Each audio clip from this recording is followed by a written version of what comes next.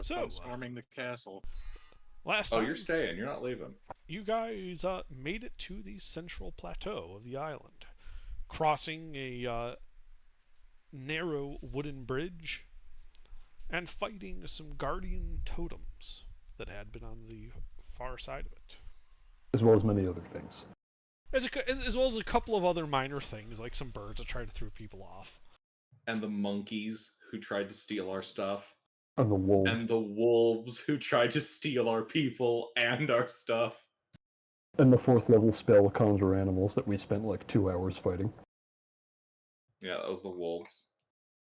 But don't worry, we got them with the capsaicin. That's right. And now you're at the stream, about 6 miles or so upriver from the waterfall. About a mile and a half to the northeast of you, you can see this small forest. And way off in the distance, like you can see the ground kind of just undulating a bit, and so you can't see over it, but you can see what looks to be trails of smoke rising up, maybe 1, 2, 3, 4, 5, 6, about 9 miles away.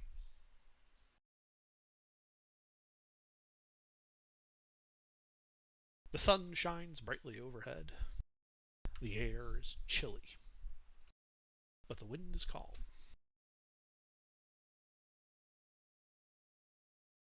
So what would you guys like to do?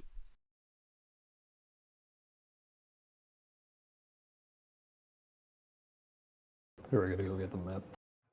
All right. So I pull out my quill and some paper, and I begin drawing a hex grid and statting out some character sheets.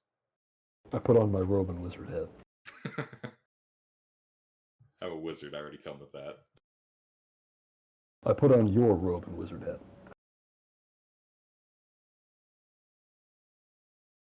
Oh my.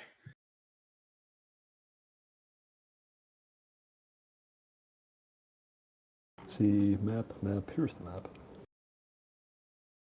The map, the map. Right there, I found it, and I'm the only one who needs to look at it. Okay. No, just kidding. Oh, Discord does that now, but only for a second.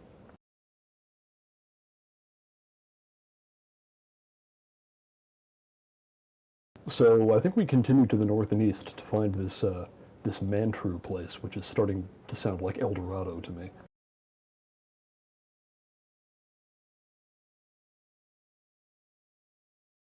On the road to El Dorado.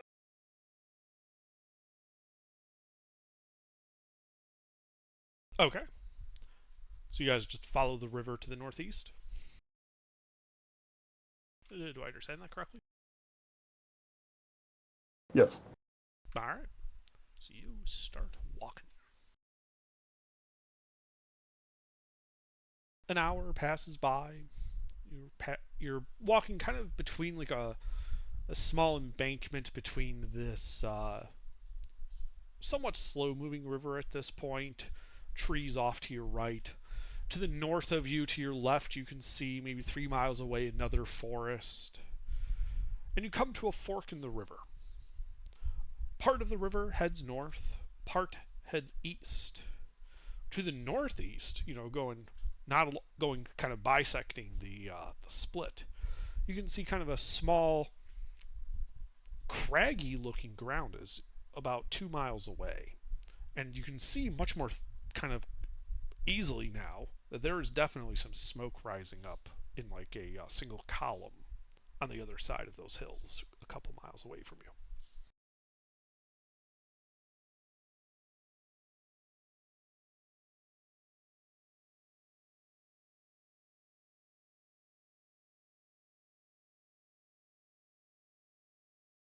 Well, we could go and check that out.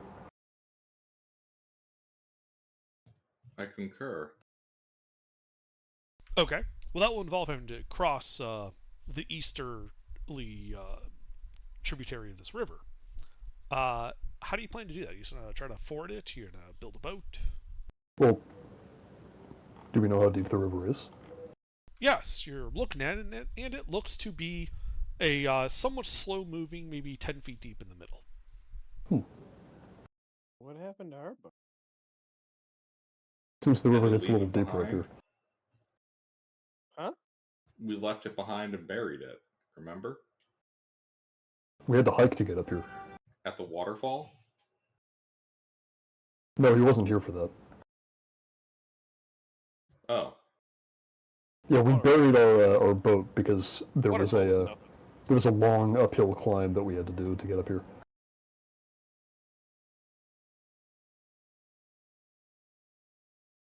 We tried sailing it up the waterfall, but Underdark refuted our attempts to use Minecraft as a basis for physics. No, that wasn't Minecraft. It's just that we can't use waterfall outside of battle yet. There's a gym leader up here that we need to beat to do that.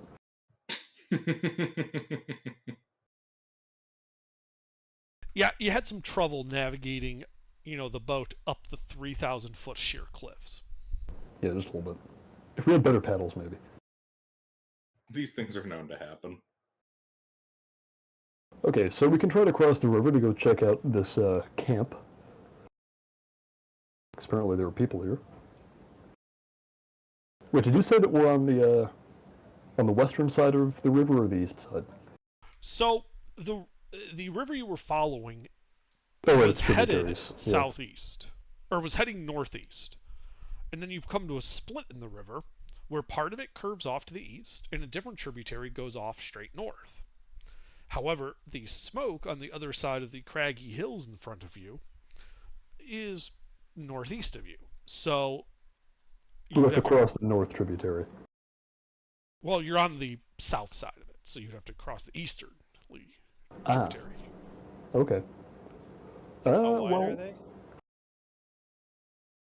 It's about 30 feet across, 10 feet 30 deep. feet, 10 feet deep at the deepest, he said. 30 feet across? Oh. Yeah.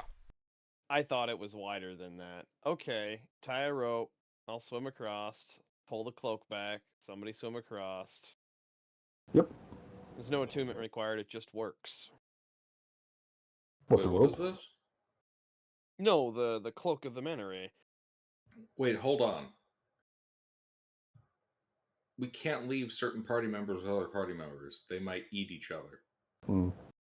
I don't care about Eric. Wait, what? I'm looking at Eric, and my stomach is growling. My god, why is it we all agreed to eat Eric? Oh, my dad eats people. That's okay. Wait, what are we talking about? Who are we? Don't worry eating? about Wait, it. What? Wait, what? Our No, rations Also, are could- running a little low, so Can you we're rub this drawing on yourself, lots. please? Galen is not eating anyone. What is wrong with you? Oh, no, of course not. Well, you're second after we eat Eric. We're gonna eat you. The fuck you say? Well, yeah, they're not going to eat me. I'm a wizard. I got like nothing on my bones. I don't know, he's spicy, though. I like spicy food. Yeah, I was gonna say. He's already been marinating. Actually, you're the spicy one. You took my wizard robe and wizard hat. I'm currently nude. I give you back the robe and wizard hat. Thank you. Actually, no, I'll give you only the hat. Give So me he's a got 2 half point. shirt, so you're shirt cocking it. So he's got 2 point. That's what you're saying. All right. Okay, so This is getting silly. you can use the Cloak cloak of of the Menore Menore to theory. cross the river. Yes. And despite the water being a little chilly, you have no difficulties in successively swimming across this 30-foot tributary. Beautiful. You I think- mean, in all reality, it would take 1 round to do that. Yep, it takes 6 seconds. Because of item interaction for pulling. Oh, no, I suppose action to no, pull the rope. no back, peasant so 2. railguns. So 2 rounds. It would take 2 rounds because of the having to move the rope back and forth. Well, this isn't a peasant railgun. It's not like building up speed from us doing this. That's just how long it takes. 12 seconds at most. Well, you see, the peasant railgun shouldn't technically work. It's only an item interaction. So what would happen is this: it moves a vast distance, almost instantaneously, but it wouldn't actually be moving at that speed. Like if you let it go, it'd be moving at only like a couple miles an hour, Mm. like literally 2 miles an hour. Well, no, it would be moving at 0 miles an hour. It doesn't have a velocity. It's just moved that far. Yeah, we're just Instantaneous. It's like if you set up a bunch of peasants and had them grapple you across a road network, you would This instantaneously is travel. more akin with teleportation than it does Yes, with it's more akin with acceleration. teleportation. It's not peasant railgun technically. We have converted peasants into a point-to-point transporter system. Yes, that's exactly what it would be. Just a No. long series of grapple checks you choose to fail. Okay. Well, you guys have gotten silly. Another hour passes as you march towards this column of smoke. I thought you were going to say on the bank of the river as we discussed peasant cannons. The ground turning broken, craggy. And as you reach the crest of it, you can see that what you've been climbing isn't a hill or even entering broken ground, but rather the rim of a crater, some 8 miles across. The center of which, towards the bottom, is a lake. The center of the lake, you can see a rocky protrusion sticking up out of it. And down below, just past the broken ground of the walls of this crater, on the shore of the lake is a small village. From here, you can make out 6 thatched roof huts and a primitive palisade made of palm trees. You can see great fire has been lit in the center of this, and you can see figures appear to be dancing around it. In the distance, you can hear what sounds like drum beats being beat rapidly. All right. So Wait, do we go join the party, or are they cannibals that are gonna try to eat us? Yeah, exactly. This chanting, is this like, "Hey, we're having a good time, woo," chanting, or is it more like You don't hear chanting, you just hear drums. And Oh, you just the see drums? dancing. Oh, Can we interpret? are they the dancing around the dance? fire? Yeah. Yes. Can we interpret what kind of dancing they're doing? Sure, make an insight check. Do you want me to do that, Mister? Yes, please. You're smarter at insight. You probably have an advantage in it. I give you guidance though.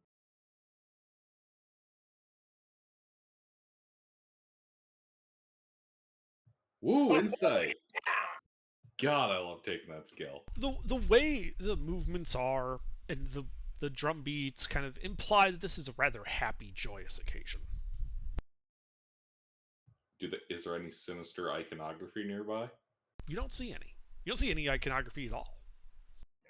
No furs or drying stands with strange skins on them. They're dressed rather primitively.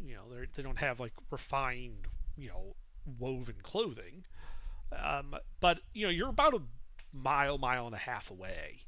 Okay. At the top of like this crater rim, looking down into this. I mean, village. I want to check out the crater anyway because I want to see if there's a piece of whatever hit in there. I want a piece of that. But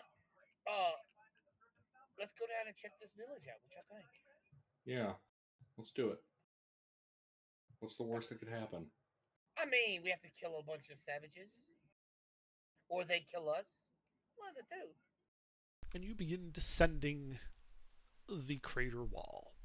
It's a somewhat steep hike, but the ground is firm and not unstable, and it's doable. It's annoying, but doable. You wouldn't want to try to bring like a cart over this, but on foot it's not that bad. When you're about 300 feet away from this palisade, you can see what looks to be also a primitive gate at this point. And you can see what looks to be 8 tribesmen wielding spears and what appear to be leather armor, escorting a figure towards you out of the gates. An elderly man wearing a wooden painted mask.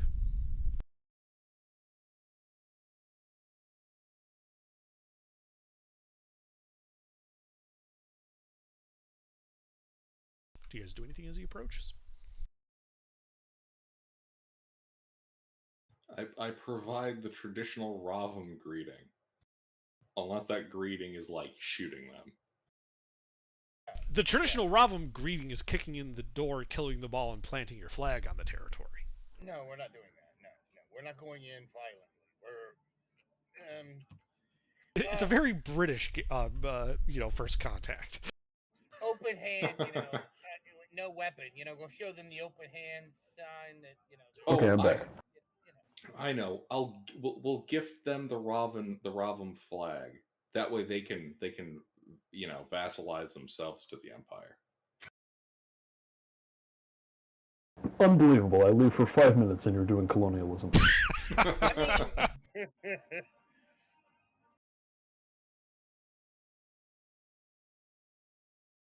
When they're about 20 feet away or so, the man in the mask, raises a hand in greeting and calls out. His voice is strong, though you can definitely tell that it's got like that kind of that strained sound very old people have when they talk. Yeah. What language is it? It is a somewhat accented common. Okay. He says, "Welcome, my friends. Welcome to Mantru. I am Umlat, the tribe's cleric here. And I see you have arrived on exactly the time, the day, and the manner that was foretold. Be welcome, friends." Oh Lord, we're some kind of prophecy. Oh God. Does he look magic? Say again? Is he dressed like a magic person? He is dressed in a loincloth and a painted wooden mask. Does he have a holy symbol of some sort? You don't see one. Said he was the village cleric, right? Yes. Maybe the mask is the holy symbol. Yeah. To what god do you pray? The gods, my good man, all of them, the pantheon of the masked gods. Well, somebody from the broader world's already been here. I don't know why, but something about the way you said that immediately made me think of Erebus. I don't know why. Oh. Even here on our island, we have felt their divinity and their presence. And it was from them that your coming was foretold.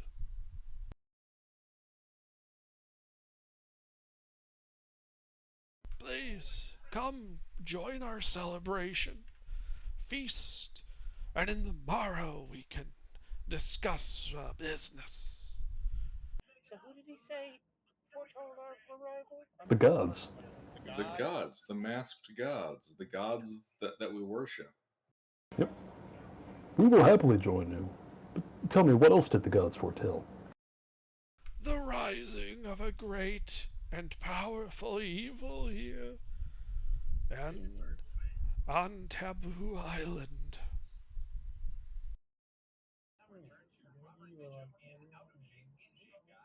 You are the prophesied saviors. You will go there and cleanse the land of evil. Alright, you heard him, Septimus. There's a great evil over there. I need you to stay behind. What? What? You notice that Galen is like stroking his beard as he's talking. Yeah. Great evil. Yeah. Okay. Still on the island, you said. Yes, but the details can wait for the morning. Night is upon us soon. Come, join, drink, eat, be merry. I'm really interested in more about the gods and their prophecies. So what do y'all want to do? Don't be rude. Let's So celebrate. we're gonna. Okay, out of character. I don't trust this old man or any of these villagers, and I will not be sleeping without a guard. What? I mean, Mister, even though Underdark has used every single Erebus coded word he possibly could, I don't think we're about to get Erebus. I No, mean, it's probably fine. all right. I mean, the hairs on the back of my head are standing up, and I'm like, nah, I don't trust this. And as he turns around to lead you guys into the village, into the inside the walls, you can see that he's bald and has these religious-looking markings tattooed. No, I'm just kidding. Don't fuck with me, man. Let's just go to the feast. It should I be mean, have good. we seen him without his mask? No. We saw the back of his head. Yeah, I mean, you see the back of his head. He is bald. He just doesn't have am- written tattoos all over him. I am going to ask him, what is the mask for? It is merely a symbol of my office. Similar to that of Fano's mask, denoting him as chief. Ah, so your chief is named Famos? Fano. And where is he at? At the feast, overseeing it. You know, I should ask, since we all worship a pantheon of deities called the Masked Gods, what significance is there to mortals wearing masks for religious purposes? Like, would we see this as sacrilegious, or is this normal? It's not normal. Like the priests and stuff you've seen before haven't been wearing masks. But it isn't sacrilegious. Okay. The masked gods is more of a metaphorical mask because they can't directly interfere with mortal affairs. Hmm. Hence you have prophecies, you have clerics, getting spells and the like from them, nudges here and there. But, there aren't avatars of the gods walking around. I got it. It's more like the bit masked gods. Yes. Only you would design something like that. All right. So I guess we will follow him into the village. What do y'all think? I'm staying on alert, though. I mean, I'm okay. Look, wait, Mister, Do we update your see damn any name. tanning racks where they Mister, tan- update your name. Oh, sorry. Do we see any tanning racks where they like tan hide and leather in these earlier villages? Yes, you see some. You can see what appear to be somewhat thinner looking skins up on them being tanned at the moment. Not like not like you would expect from like cattle or even deer. These look almost like poultry skins.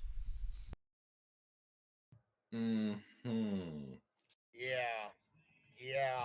Can I make a medicine check? Absolutely. I mean, yeah. You can see some smoking racks near the edge of the water with fish hanging from them. And Galen, you can tell as you're looking at them that though they've been plucked and sheared, those are axbeak skins. Really? Yes. I mean, it'd be no different than eating horse. Why would you? I mean, but the thing Oh, is that they horse. have Horse. skins. Oh my god, I misheard him.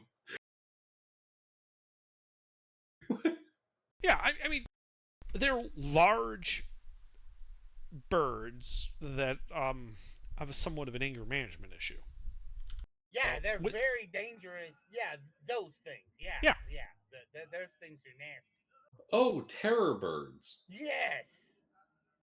Everybody's favorite. Everybody's favorite murder chicken. Exactly. Yeah. And Bridget they have wants those one. skins, so these are very competent warriors. Could just gonna bug Duodecius all night. Can I have a pony? But like, can I have an axbeak? And in between some of the huts and the inner side of the palace, you can see what look to be gardens with small vegetables patches growing. Twidget, you're not big enough to have an axe beak. Yes, I am. No, you're He not. puts his necklace on. I'm 12. Bullshit. Oh God. Hmm. Who's watching According to the Ravum calendar, you're still 7. Oh my lord. I'll tell you what, Twidget. If you really think that you deserve an axe beak, what we'll do is we'll get you a baby one to raise, and if you can take care of it and raise it to adulthood, then it's yours to keep, and by then you'll be large enough to take proper care of it. Of course. That's extremely reasonable, Squall. I go to the Mind market that and buy him roll. a chicken. Don't mind that roll. I try to find like Don't mind that roll. a nice heritage chicken with like dark feathers, so that it looks different from like the platonic ideal of a chicken that you would probably think of. So how many are they still? How many people do we notice in this little village? So as you're looking around, it looks to be like 40 to 50-ish people. Lots of them dancing around the fire. You can see, a person, an elderly man in a differently shaped and colored mask, wooden mask. His torso badly scarred and his left arm visibly crippled. Kind of standing up on sitting on like a throne up on a stage. Looks to be somewhat shoddily thrown together, like loosely wrapped bits of wood. Something like they threw this together just for a night to have the party. Okay, and Yeah. can how is the as you scan the crowd? So I'm assuming the chief is sitting above everyone else, and then the table stretches out. He's at the head of it, on a raised above everybody So else. it's more like on this beach, in the center there's a big bonfire. People are dancing all around it, Okay. and about 25 feet or so from the bonfire is like this little stage with this throne on it, and facing the bonfire is this man. In kind of like a semicircle around, like curving out from either side of the stage, are people sitting on the beach, walking, talking. You can see they have various what appear to be like wooden platters, almost like a what the painters use with the paint on.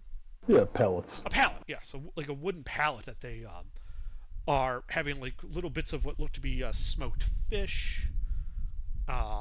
Some of them have wooden flagons. You can smell some of them. You can smell a hint of alcohol coming Are from they that. are the people intermixed like male and female? Yes. I'm trying to determine their society by way they, the leader is crippled, so That's because he's old. yeah, I know, which means it's not a society based on strength, because the chief is crippled and old and missing an arm.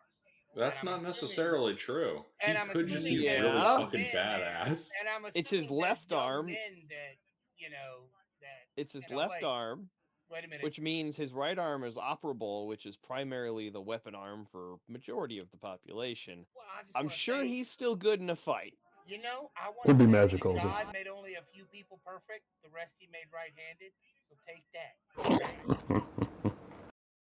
Well, all gods make mistakes. And I think we've determined that 90% of the people in this game room are left-handed. I'm not. I'm not. I'm not. Ooh. Wait. Fucking get dunked on. That would be a 60% majority there. You just got outvoted. That's statistics for you, mister. Or there was more left-handed people in here. I remember. Yeah, but they're not here. There are a Wait. significant number of left-handed pilots in the VIP gaming community. They're just not here right now. Yeah, now that's weird. Like, why are there so many fucking pilots on this server? All right, they're let's all left-handed. refocus. All right, yeah. We're getting off track. I could hear the fucking proximity Sorry, alert as we approach That the was my fault. ground. I took us down that tangent. I apologize. Sorry. Terrain. No, but I'm Terrain. trying to figure out the structure, and if the people are intermingling, Mhm. which I'm just trying to figure out what kind of structure, what kind of A hierarchy. tribal they have. village having a party. Yeah, well, I mean, what kind of hierarchy they have. So, from what you can see, most of the people dancing around the fire are probably in their teens or a little bit younger. The people around on the outside appear to be maybe middle-aged to elderly, or they're very small children. Got it. All right. Okay, where are all the working age adults, or are they just sort of all around? Well, like the working age adults, I mean, that would be they're either dancing or just sitting around eating and drinking and talking. You know, it's more the people dancing around the fire are more like maybe 20 and below, like 15 to like 25-ish. Yeah, that makes sense. So the closer you get to the fire, the younger the crowd is. The farther you get from the fire, the older crowd is. Yeah. So, all right. And as you guys approach, the tribesmen do turn to you. You can see them smiling. You know, you're offered platters of food, which you can see containing smoked fish, tribal fruits, nuts, roasted birds. You're offered flagons of some type of alcohol. Even Twitch Twitch is. tries to take one of those. None of that for you. But yes to everything for me. Everyone that Twidget gets Squash gets double Yeah. servings. Every time someone hands him the any alcohol, I'm like, oh, thanks for grabbing that for me.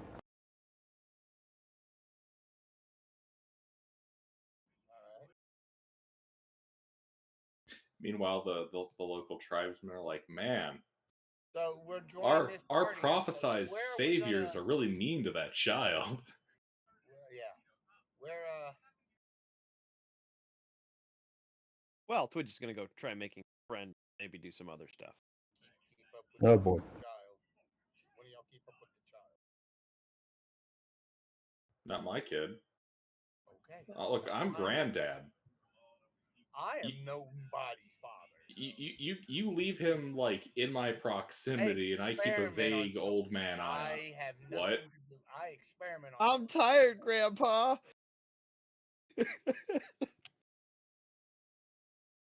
Like, go to bed. No, that's what you do with me. Because you just be like, yeah, just do manual labor until you pass out. Yeah, basically. All right, so I'm gonna go up and introduce myself to the chief. I'm gonna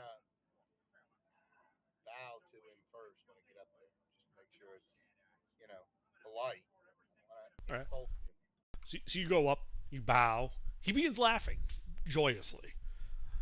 You, my friends, do not need to bow here. You are among friends and allies. Come, sit, drink, tell me your story. Now, I would rather hear more of your village and the proximity of where you are. Do you migrate, or is this village permanent? Ah, we were migratory long ago. My father's father's father's father founded this village. The Father. His name was Gumut. And we have lived here ever since, this plateau being a fertile ground for farming as well as hunting. Do you know when this crater was created? Long ago, before we were ever even nearby. This crater was here when my father's father, he kind of waves his arm, and so on, came here. And we have lived in peace, relatively speaking. All right, well, once in a while, some lizard folk manage to get their way up here, and we kill them, but, nothing too bad lost there. Lizard folk? Twidget's ears perk up, I presume. There are From lizard folk across close the by? bonfire. Yeah. There are lizard folk in the area? He we nods literally killed solemnly. some the day earlier, Galen. I know, but I'm trying to find a location. Hush. Those cold-hearted bastards do form migratory hunting parties throughout the island. but few of them have the skill or intelligence to find their way up here. And the totems we have protecting this plateau see to it that they don't last long. Oh, the totems are gone. Yes, we noticed. They're made of wood. We have to replace them every couple of years anyway. Oh, that's fortuitous. The bigger issue is, of course, that though the people he gestures out are content and happy for now, this is a mask. Evil is rising in Taboo Island. People have gone missing. Oh, it would be good if the map had the name of the island on it. We Yes, do going not out speak like its this. name. It is taboo. Oh wait, sorry, I think I missed something. I am really liking their thought process rather than any Where of was this stuff. Taboo It's Island? very sound. Is that not where we are right now? You're on No, the that's- shores of a crater lake, and in the center, as he's gesturing out at it, you can see this rocky formation in the center of the lake. Oh, And he's okay. pointing to that and Right. calling that Taboo Island. Yeah, that. When he said the island, I was looking at the map thinking he meant the whole thing. No. I The, think he the had whole to go island out is there. known as the Dread Isle. Right. Right, and deep inside the Dread Isle is the isle that is taboo, or Taboo Isle. So, did they vanish, or is there any kind of trace, or? The lucky ones vanish, never to be seen again. A few have returned, changed, hostile, attacking everyone, man, woman, and child. They recognize nothing and no one, seeking only death and destruction. Do you have any of them? What do you do with those that survive and come back to the village? At first, we tried to capture them, restrain them, and we thought it a disease, a madness of the mind. But despite Umlaut's best efforts, they remained inconsolably hostile. Eventually, we felt it kinder to put them down.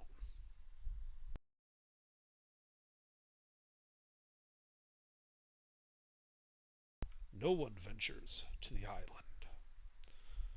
No boats are ever missing. People simply have disappeared in the night.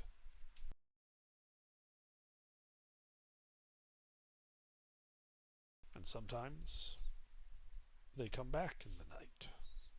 Too much horror. And that is when Umlaut had his vision from the gods. A group of adventurers like yourselves would come at the end of spring and see to it that the evil that plagues us is purged forever. When did he have this vision? A few months ago.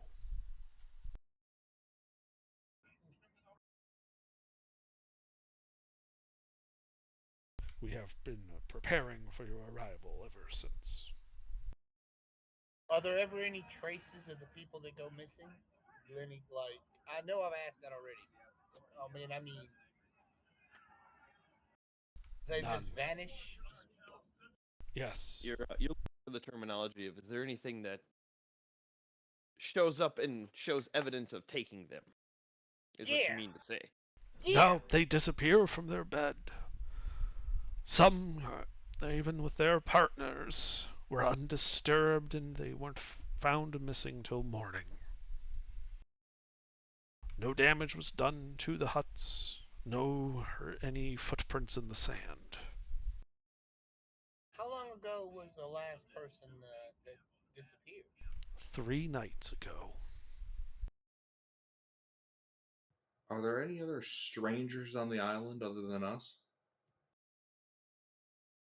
On the plateau, I don't think so. As for all the island, he shrugs. It is much too large for me to know. Could you I know this is a strange question, but I'm not exactly sure if you can do this. Could you check an area for residual magic? Like if he teleported somebody out? Is that possible? So you would know that, like, if there's any residual magic, which would be somewhat unusual, but could happen. You think something like detect magic would detect it? But when you ask about that, the chief shakes his head. No one here is skilled in the arcane arts. We are simple people. Well, show us the last person, the place where the last person vanished. He turns to Umlaut, who's been standing there next to him. Show them. There is no reason to hide anything. And Umlaut nods. Long shot, but try something. And starts leading you over to a hut on the right. All right, let's check it out, Gilbert. Are all of you going? Yeah. I need Gilbert because he's at the highest investigation check, probably. Damn right you need me. Well, you're the wizard. I found the kids my age, and I'm playing marble. Yeah. We need somebody that's keep an eye on the Squash. Can keep an eye. Oh yeah, I'll stay behind and do that. No. Don't. Why not? Call it a wizardly intuition. I have a feeling that leaving Twidget to his own devices will be very useful as we engage in this investigation. Perhaps he and the children will wander off doing something stupid and find a clue or something. Oh, I didn't say I wasn't going to let them wander off. Followed by a long chase scene to a musical number. Oh my god. Y'all know. No idea what you're talking about. Okay. Yeah. Let's go. Let's go check out this. Yeah, let's go. And then we need to find out about the real estate prices here. So, Umlaut leads you over towards one of the thatched roof huts, which you see are actually somewhat large, maybe 20 feet across and 50 feet deep. They are raised off the ground about 2 feet on stilts. And as you're led up, you can see that they're almost like lodges. There's maybe thin partitions, like made out of what look to be thin leather. Separate rooms. Yeah, to make rooms in the middle. They didn't actually build rooms out of wood. Mm-hmm. How many people stay in this hut? Well, when you ask that, Umlaut looks and says, it varies from hut to hut. This one, I believe, has 18 people living in it at the moment. So, and the night that the person disappeared, all 18 were in there? Yes. And the next morning, only that one was gone? Yes. Okay. Then he leads you over towards a bunk, and he says, this was where Ijit was sleeping. And you can see it's like a it is a bed made out of what looked to be palm wood, and with a straw mattress. All right, Gilbert. Do your thing. All right. I bring the full might of my wizarding mind to bear upon the dilemma. I mean, you are the lawyer. What do I say? What are you doing? Investigation check. Sure. Go ahead and make your investigation check. I give you guidance. Are you able to provide assistance? I do not have advantage. I mean, proficiency in. That's me, Gilbert. Yeah, that's Twitchit. All I can do is give you advantage. You see what I mean? That kid is crucial to our investigations. I mean, damn, Gilbert. You have rolled a little better? Shit. Hey. It's a fucking camp in the middle of the woods after a party, and it's been like a month since people disappeared. The crime scene is damaged. 3 days of partying. 3 days since they disappeared. Oh, okay. Pay attention. Look, we've been talking a lot of stuff. I missed the. Ooh, the child is telling you to pay attention. The child is over playing with the kids and going to go find clues out in the forest, get lost, and have fucking chase scenes. So. Oh, we're not going tourist for my adventure. Oh god, We will no. get in trouble though. They're Anyway. experimenting with drugs. Anyway, DM Gilbert, Under, did we find anything? So yeah, as you're looking through it, it appears to be what you would expect to find in like a tribal setting. There's a basic sleeping pallet on top of the straw, a small bag with what looks to be like a knife and some minor like seashell type artifacts. Nothing like personal effects. You don't really find anything odd or unusual that would stand out. Nothing magical, nothing arcane or infernal. Okay. Now we have to check outside, I guess, and then if we can't find nothing, I guess the next logical step is to go to the island, or prepare to go to the island anyway.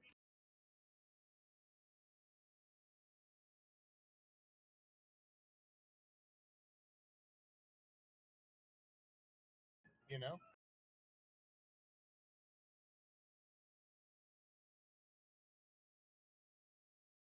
So what are you guys doing?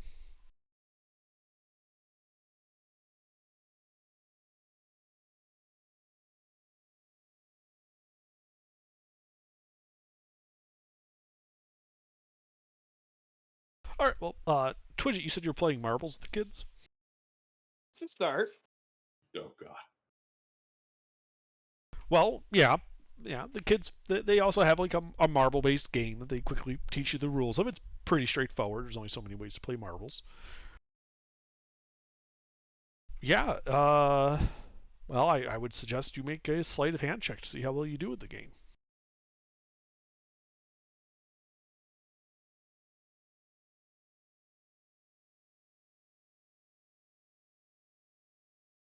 All right. So let's see here.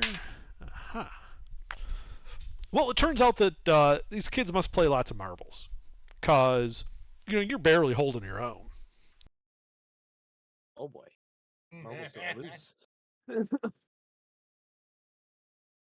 Yeah, like you lose some of your marbles, you get some of theirs. In the end, you break even. Ah, okay. But I got new marbles, so. Yeah, like these look to be carved out of either like not coral but seashell, like chunks of shell that were Oh, okay. large enough to make marbles out of. Yeah, so like mother of pearl, we glued together, stuff like that. Yeah. All right. Well, then I start to get bored. Oh god. Okay. And what are you doing? I DM'd you the 19. Uh-huh. So what do you do? Well, what looks the most off limits of these areas? Well, assuming you want to stay inside the general village palisade. Yeah, that would, I mean, obviously when we were walking down into the crater, we would have seen if there were outbuildings or anything, right? No, right, yes, you would have seen them, and no, there aren't any. Like, there's the palisade Yeah. wall, and then everything's inside. Yep, inside And the palisade inside the palisade wall, there's the huts. There are 5 of them. And you can see some gardens, but there's no fences around anything. Over near the water's edge, you can see what looks to be a couple of canoes, maybe 3 or 4 of them, upturned, kind of tied up so that they don't slip away. Up in the northeast, you can see what looks to be a fence, but it's like sunk into the water, like a fenced-off section, like of beach, but in the water side, not the sand side. like a tide trap. Yeah. Okay. So you tell me, well, what about that would about any of that would attract Twidget? The fanciest looking lodge then would be the only thing that would really fall into that genre of troublemaking. Okay. The nicest looking one. Like the one that looks like the chief's lodge. Sure, make an insight check.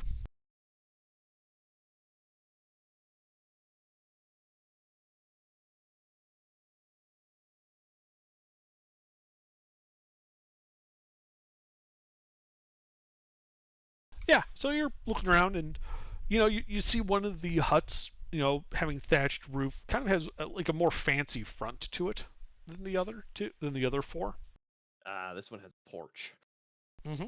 Well, it's also got like the wood's been painted and carved, in a like geometric patterns. Yeah, we going in there. Okay. So you approach this hut. People are moving about. Are you trying to be stealthy? Oh yeah. Well, then make a stealth check.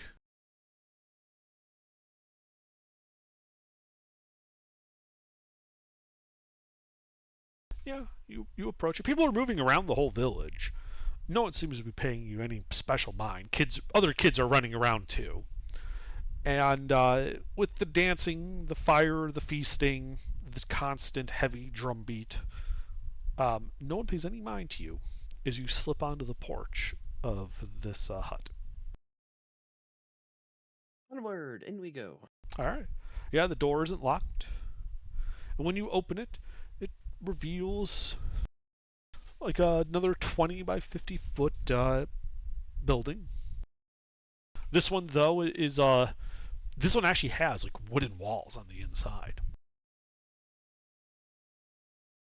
And you can see in the center a small cooking fire. Just smoldering coals left. Nobody's tending it. And on the far side, a kind of like a seating area made up of what looked to be stuffed pillows with like a low high backed chair, like a low set high backed chair. All right. Anything like there might be valuables or locked or secured areas inside this 50 by 20 area? Well, behind the seating area are two primitive looking wooden doors, and to your right is another closed wooden door. Let's go to the right, the one that's closest. Okay.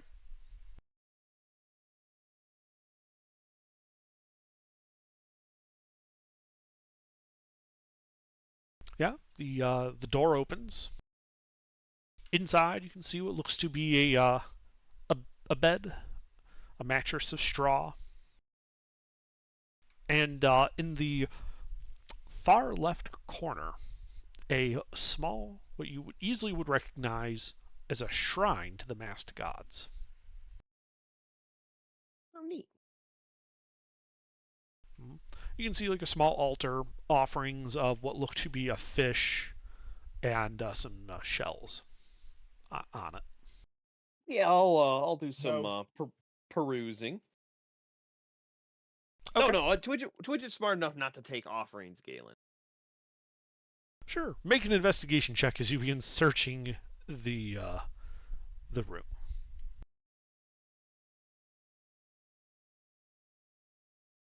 Yeah, you find not quite a desk, but more like a small section of the wall that it is built to like receive scrolls, and a small wooden plank with like a wax backing on one side, as if to act as a blotter. All right. And in the lattice work that holds these scrolls, you can see there's about a dozen of them. All right. Oh, I'm curious, so I pop a couple of them open, and are they in common? They are in common. And from what you can see, the one you opened is a scroll of lesser restoration. Oh, neat. Well, I'm just gonna keep looking. I'm not gonna take anything. Okay. Yeah, you keep looking. It appears to be supplies of scrolls of cure wounds, a couple more lesser restorations, one of purified food and drink, one of raised dead. Huh. All right. Well, Twidge is gonna take a lesser restoration and a raised dead. Okay.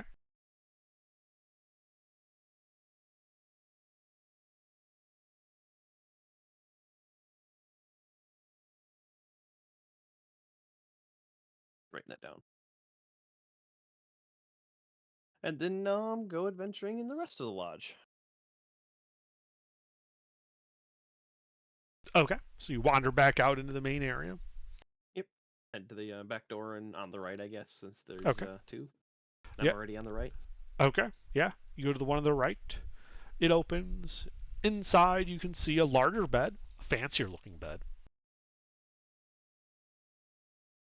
And what looks to be a set of armor kind of propped up on a stand. You can tell that it's not made of metal, but appears jet black with a very high shine to it. Huh. Well, I'm going to take a closer look at that. That sounds cool. Okay. Yeah, you approach it, and as you kind of like tap on the plates, as they clink around, you realize that it's made out of wood. Oh, burnished wood. Okay, that's where the black high sheen is coming from. Mm-hmm. Neat. Well, that's actually really cool. Yeah. Yeah, and it looks to be like whatever lacquer they've kind of like coated these wooden bits with. It like you can't scratch it even like when you're like trying to. It is extremely hard, and actually you think would function as armor. Huh. Well, I'll keep a mental note of that, and then I'll check out the rest of the room Okay. for secrets and hidden things. Sure. Go ahead and make an investigation check. Oh, it went down. It's not good. So you start poking about, and you know, for the most part, you find you know, some like clothing items, a big heavy stick with kind of a gnarly end to it that looks like you could beat somebody pretty good with. And then as you're poking around the bed, you do discover that in one of the corners of the bed, just under the straw, appears to be a iron banded chest, maybe a foot, you know, across and 6 inches deep and 6 inches tall. Ooh. I open it. It's locked. I know. I open it. Okay, well, make a thieves' tools check.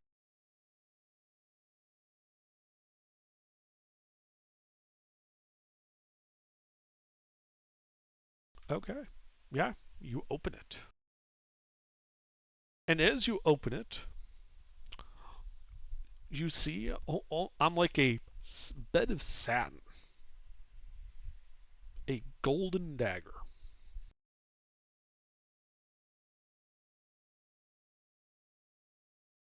Ooh.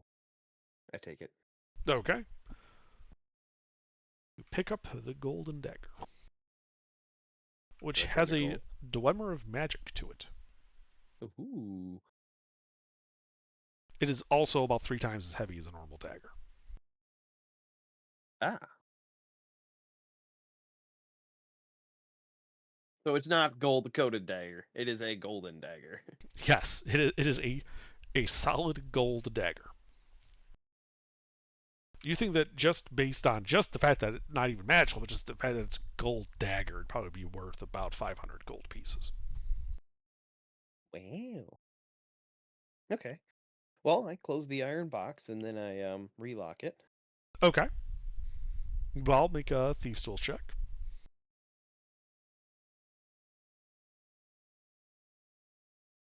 Mm-hmm. There's a little click as you relock the lockbox.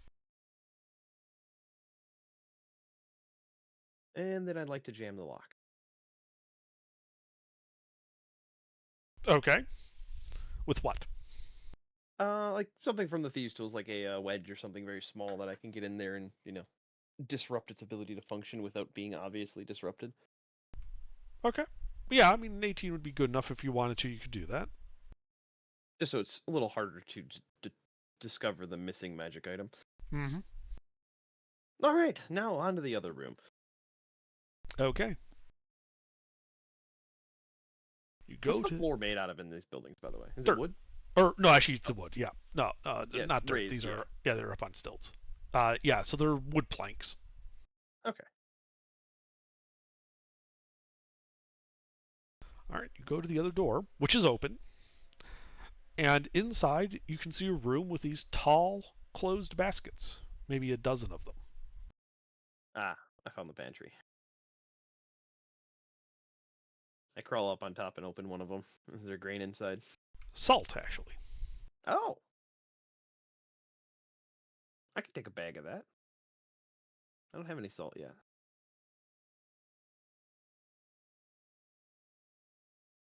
I'll just take a coin purse and fill it with salt. Sure. You can easily do so. Okie dokie. And then I leave no trace and I'll start heading out. Well, I guess I'll investigate the main room as I'm leaving. Like, oh yeah, that's right. There's stuff out here. Yeah. We'll go ahead and make an investigation check as you look around this main room. You Nah, don't he's find bored. anything. The pillows you notice are filled with feathers. They look like exceptionally large chicken feathers.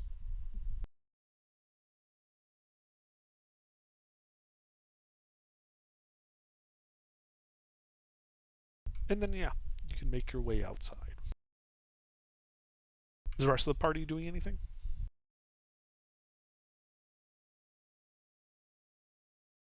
Well, we checked around the area, didn't find anything particularly useful.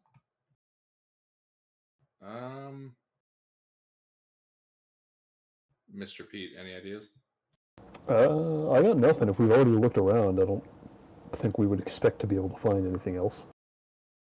If we haven't found anything so far. Nothing pinged in the tech magic. Yeah.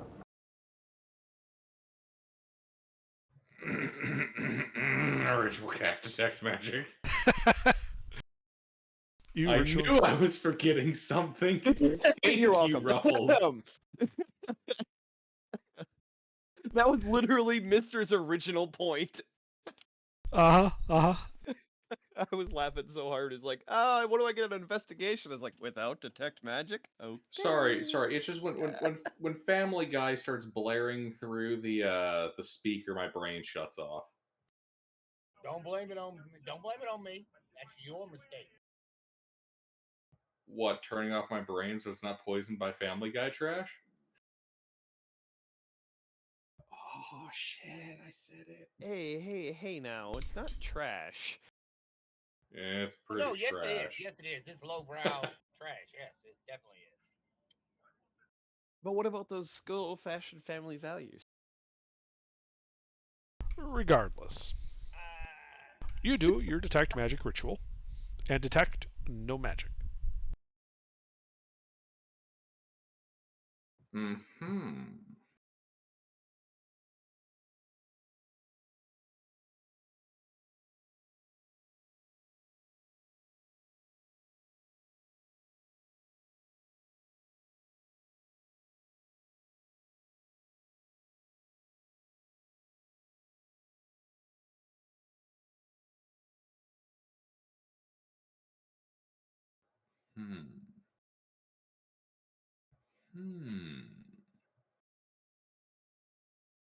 Well, I guess we're gonna have to go to the island. Yep. It's probably the next thing to do. Mm-hmm. I'm detecting a strong aura of plot-related magic over in that direction. Mm. I think we should investigate. Where's the child? Not with you.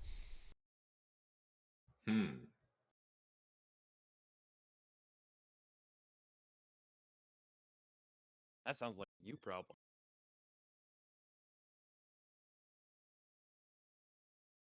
Yep. Well, I propose that we rest and ready ourselves for tomorrow's expedition. Oh yeah.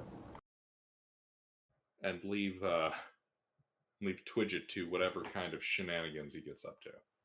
Well, he'd show back up after a while. It's kind of hard to get into a lot of restricted areas in a tribal village with 5 huts. Yeah. What's the most restricted area? I don't know. The tent where people are mating?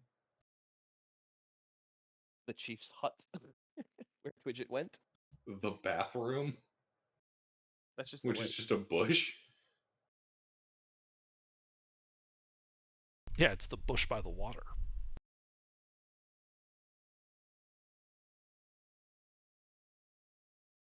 Alright. So you guys rejoin the festivities. Do you guys eat and drink with the tribesmen? I've been doing that all night. Yeah. Well, never taking my drink. Okay. Yeah, you guys eat, you drink. There is music. You see people dancing. The night grows long. People start to kind of wander off to various huts to go to sleep.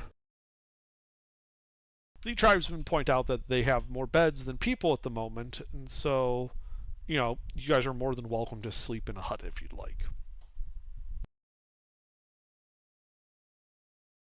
I think we'd have brought our own. That works. But yeah, if they have spare beds for us, then sure. Yeah, there are spare beds. There's not all in the same hut. Like, you know, two of you in one hut, another one in a different hut, and then you know, a couple other beds in a different hut. Okay then. Okay. Works for me. And then you all go to sleep.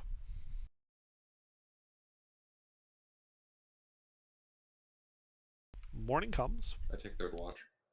Oh, you are setting a watch? No, I take no, third watch. I no. don't care if No, anyone else he already watches. said morning comes. Don't worry about it. Damn it. All right. Morning comes. You've all had a long rest. Some of the tribesmen you can see wincing a bit as if they had a bit too much to drink last night. As you step out onto the beach, you can see that all but one of the canoes are out on the water. You can see people casting nets and the like. But nothing bad happened. None of you disappeared. None of the tribesmen disappeared. It is just a good morning.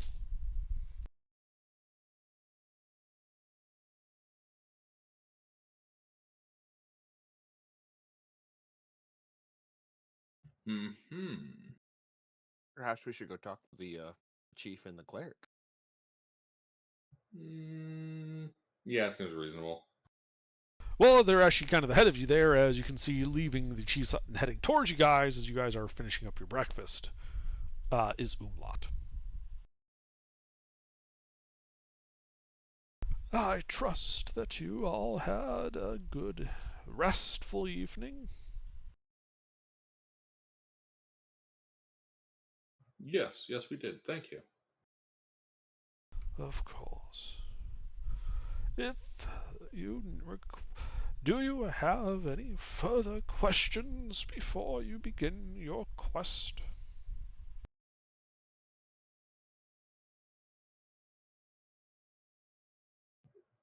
Have you had other problems with this island other than the current one? The island was always known as a place of evil that is not to be spoken of, hence its designation as Taboo Island. But it is only recently, maybe within the past 6 months or so, that that people have started to disappear. But that is no longer our concern, for you are here as was foretold.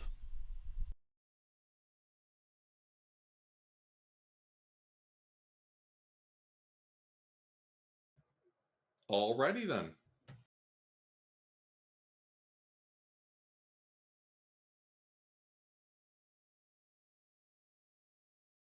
He gestures at the one canoe that isn't out fishing. That canoe has been set aside for your use, should you wish it. Ah, well, we'll need something to get over there in. If you have other means, you are most welcome to use them as well. But we wanted to make sure that you had every bit of assistance that we could offer at your disposal. Well, we're glad you did, because we were forced to abandon our boat on the way here to make the climb up to the plateau. most unfortunate. Please do not take that canoe over any waterfalls.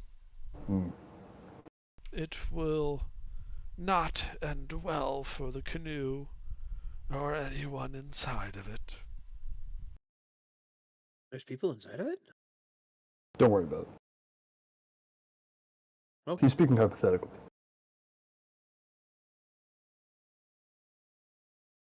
Well, if there's nothing else, then I think we set out for the island. All right. You go over to the canoe. You can see it's a basic canoe with a couple of oars. At least it's not full of ants. Yeah, no ants. No ands, like ands, ors, conditions. Hmm. Also ants, that would be annoying. Yeah, no ifs, ands, or buts. All right. Well, we can start rowing, right? We can. Yep. Well, get to it, child. Start rowing. No, It'll I'll help you grow big and strong. We just starts rowing into the shore. Right concept, wrong direction.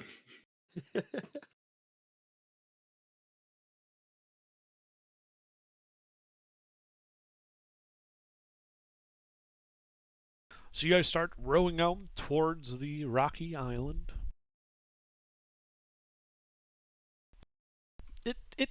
Do any of you have like actual proficiency with water vehicles? None here. No. Okay. Well, it's a pretty like the lake is placid, and it's not that far. It only takes you about an hour of rowing badly to get there. And as you're maybe 200 feet from the rather rocky surface of the central thing. You can see that there is a divot that has been carved into the rocky surface at the waterline.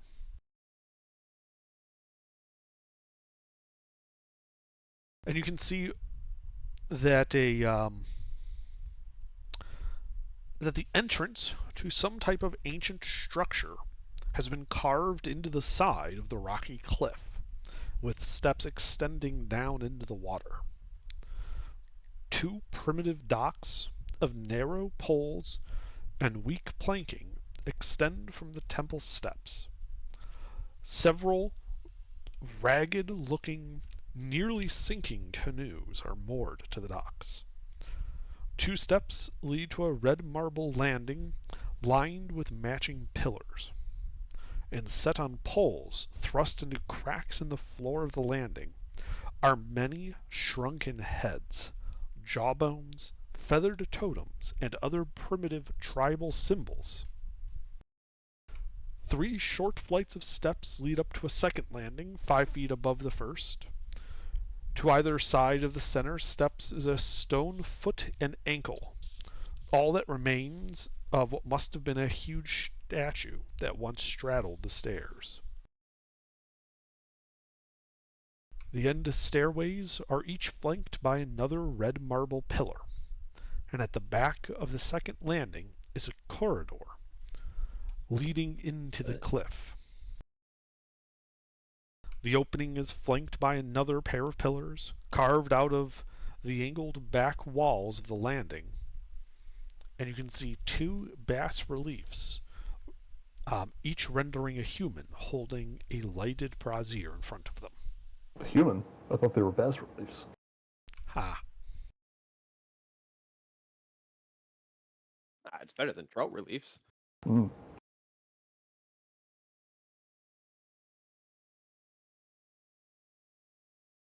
Well, suppose we get to it and start going towards the stairs. Okay. So you Yep. dock your canoe among these ratty old looking docks and begin stepping onto the stone. As you ascend the stairs and start getting towards the corridor in front of you, You can see that it's a 10-foot wide hallway. After about 30 feet or so, there's debris on the ground. And as you approach, stale air is kind of wafting out of there, thick with humidity, along with an organic stench. Mold and algae cover the glistening walls and ceilings, the rubble partially blocking it about halfway down, forcing a single file through that section.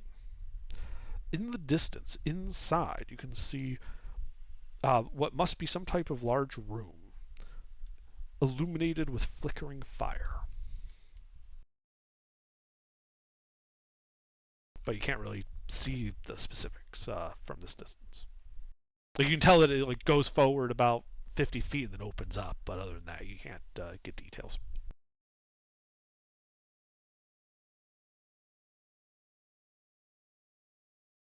Well, we could keep going forward and get some details. I do like the idea of acquiring increased details. Enhance. Yeah. All right. So what's your marching order then as you begin filing down this corridor? I can go first. I can go second. You want me to go first? I can go first. I need to be in the middle of the party anyway. Yep. Do you want me to go first? Oh, I was going to say I could go first, but you can if you want. Literally built for scouting. Oh, yeah, that's true. Yeah, you can go first. So Twidget's going first? Sounds like he wants to. All right. And you're, what, trying to be stealthy about it? Yeah, I'll set a little distance between me and the party. Okay. Well, why don't you go ahead and make a stealth check 30 then? feet. Okay, 30 feet. So most of the so they're basically waiting out in the entryway as you kind of sneak down this corridor to get a better look. Yeah. All right. As you sneak into this massive chamber, you can see scattered around sleeping mats, cookery, and utensils. Scattered about the floor, surrounding a blazing fire, slightly off center from the center of the room. The hall itself is 2 stories high, complete with a stone balcony that overlooks the floor to the north and the south. A pair of stairways, one to your left and to your right as you enter the room, ascend up to these balconies. A large rectangular hole is cut into the ceiling above the fire, and this 20 by 30 foot hole reveals bright sunshine, but is partially obscured by a net fastened onto the ceiling. You can, as you kind of take cover behind what appears to be a trash pile, you can tell that this ground floor that you're on is bustling with activity, as about 22 people seem to be milling about, armed with what look to be primitive weaponry, spears and the like, clubs. All right. Well, I will, zip back to the corridor and head back to the party just to, update them with that information. Like, yeah, so the way ahead, there's people. Lots of people.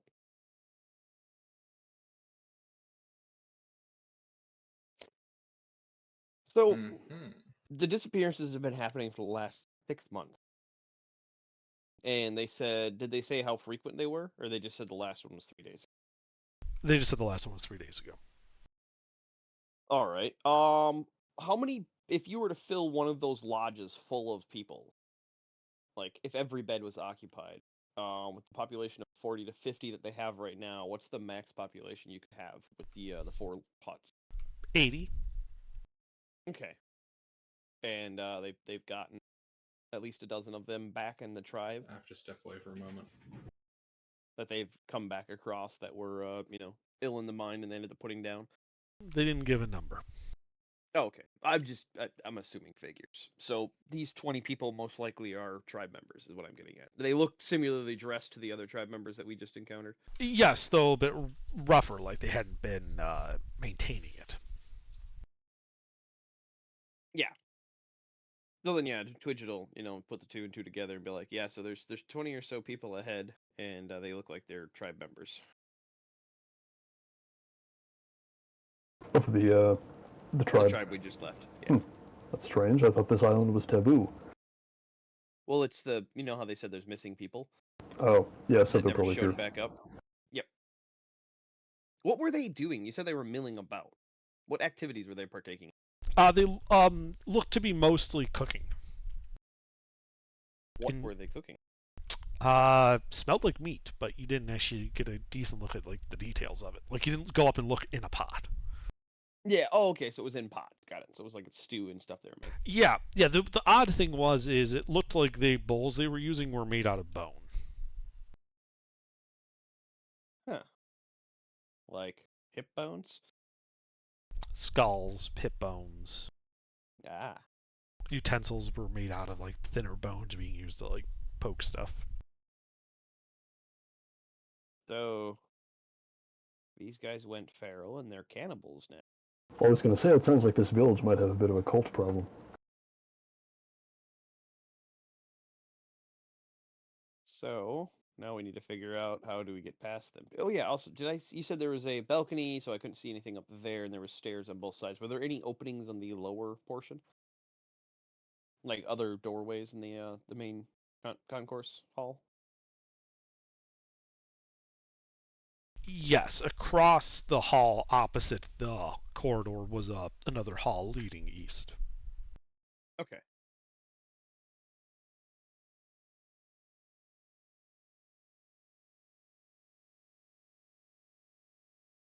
And then the last question is did they look of sound mind to Twidget?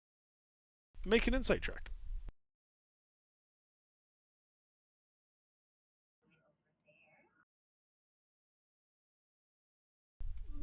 They weren't acting like they were drunk or anything.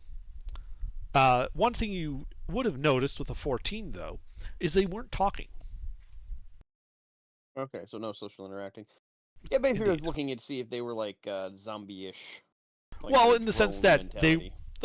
they weren't like shuffling about like they were undead, but they weren't saying anything. Like it was quiet in the room. Which would be odd with that many people. Yeah. Okay. Well, then I think we should wait for Gilbert to get back. So how was everybody's week? Yeah, mine was good. Mine was also good. Wasn't too bad.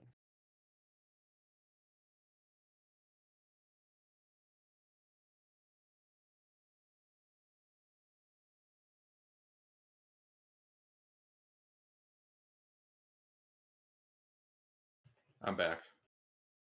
Hey, welcome back. So, 20 people or so milling about. They're not talking. They look like they're part of the tribe we just left. Detect magic. Well, they're more than 30 feet away. Okay, I'll still have it running.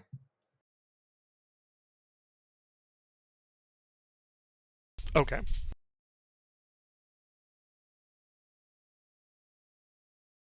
I mean, you can do that ritual. That's fine. You're not anywhere near that room. You're like on the other side of a 10 by 50 foot corridor from them. Yep.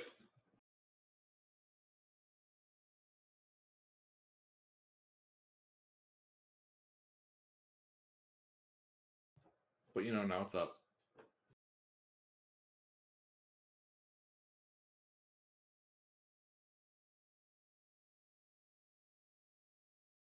So they And- were milling about, not talking. They looked like they were cooking, though Twidget couldn't see what they were cooking because they're cooking in pots, though most of their utensils appeared to be bone.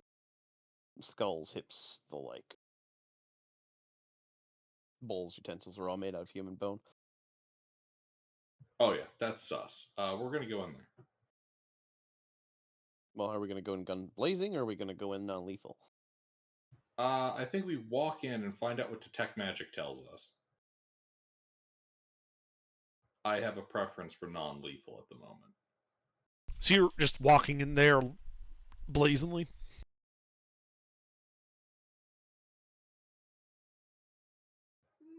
I'd go with office space casual. My point, though, is you're be not seen. right, but you're not actually like trying to conceal yourself or anything. Sure. Okay, that's what I'm trying to figure out. Is that so? You're just walking in there. Yep. All right. So you walk in. There's a whole party going with you, or are you going alone? No, I'm gonna let this idiot walk in there. I'm gonna be waiting behind him to roll initiative and save his ass. How far? No, I'm gonna follow close behind, like maybe 10 feet.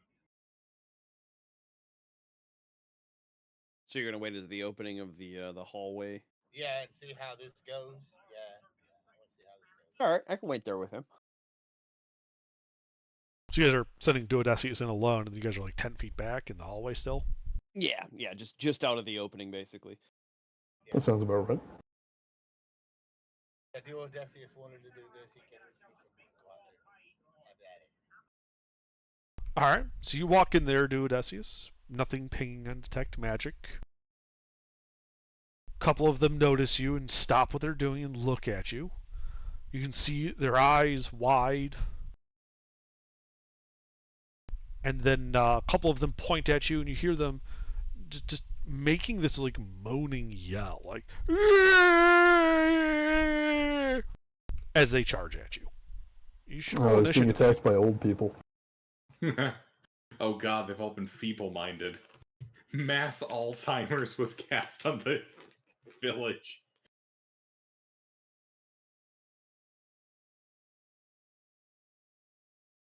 Yeah, that's right, Under. Try to go before me. Oh, should we all roll? Yeah, you should all roll. I mean, you're within 10 feet of him, so when they get to him, they're going to see you. Yeah. And we would hear and see them charging. So Yeah.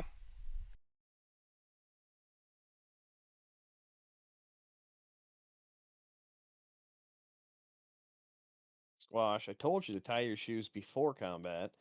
I always forget. Something, I don't need to outrun the bear, I just need to outrun you. We've all heard that one.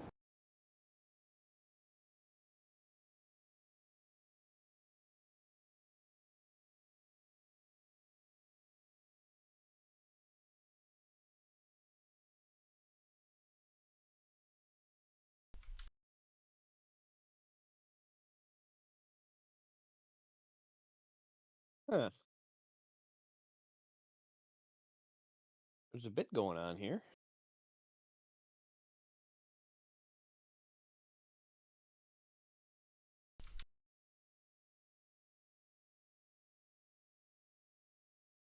All right, Galen. Well, you hear their cry and can see them beginning to charge him. Looks like they have like bone shanks in their hand. Knock him out. How far is the closest one to me?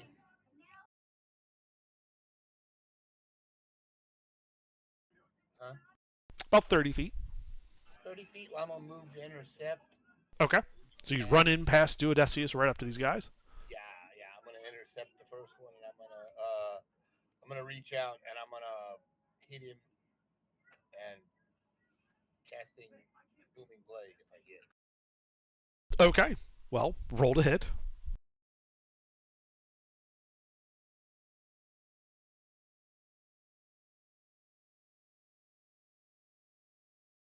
Yeah, that'll hit him.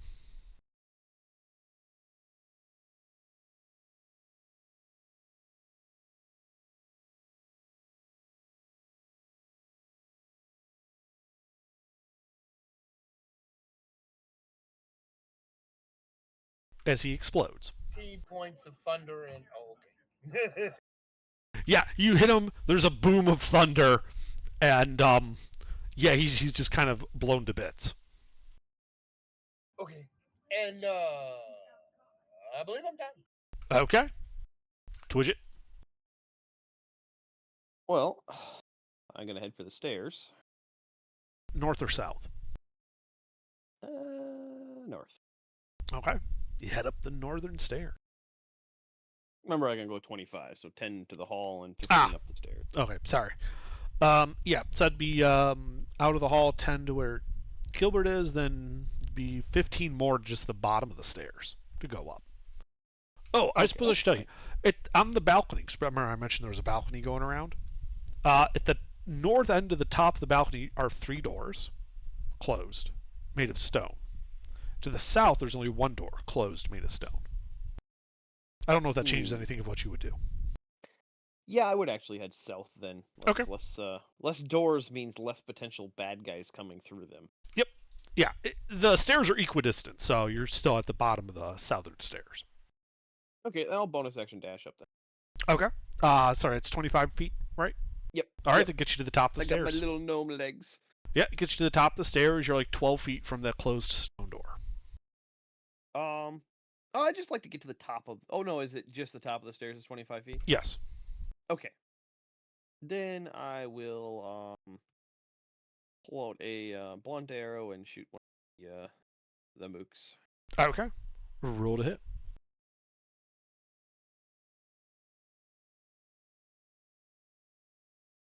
That misses him. I was hoping they were commoners and that would hit, but... No, Slightly better commoners. They're not commoners. You can tell these guys are dressed in like hides and such. Yep. Okie dokie.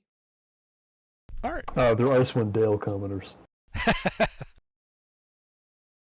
Okay. Oh, hello there, E. Well, all right. DM5 does stuff. Do Odysseus.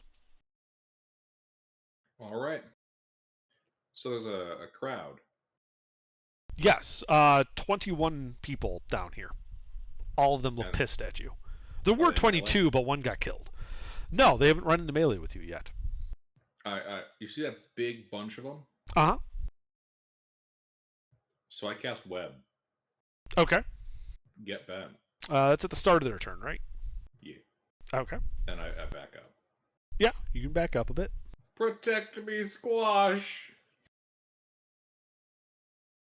All right, so you cast a web on a bunch of them. Sorry, what's the size of web again? It's a 10-foot square? What God, no. What's the size of it? 20 foot by 20 foot cube. Okay.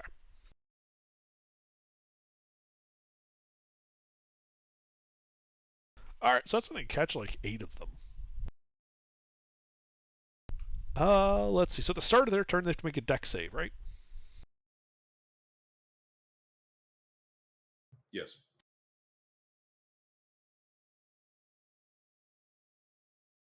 Okay. What's the DC? 16. Okay. So, 3 of them get webbed. The other 5 come charging at you. Past Galen and Squash. I didn't give you dimensions of this room, but this is a 1, 2, 3, 4, 5, 6. This is a 90 by 70 foot room. So Galen ran over, and yeah, he's got a bunch over there by him, but people can get past him without going through his zone of control quite easily. Well, no, it's more so the target of opportunity versus going for Duodecius that backed up. That's what I was asking. Not the avoidance of attacks. I don't understand what you're asking about then. Clarify. Like I was saying, Duodecius said he backed up. Yeah, he backed up. He's like at the entrance to that hallway next to Squash.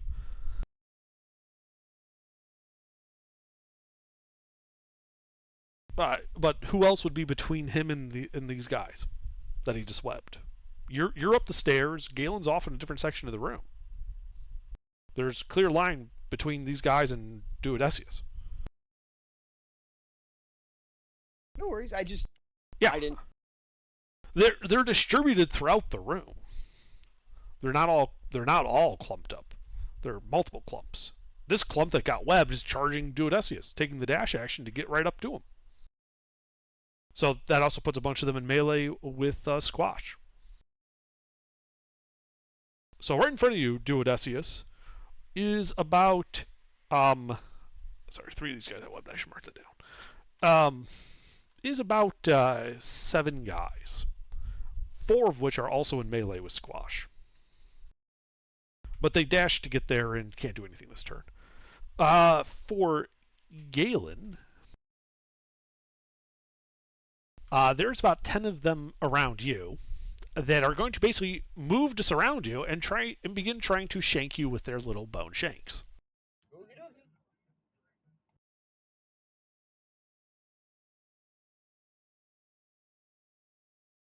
What's your AC?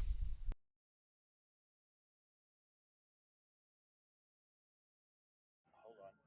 Hold, please.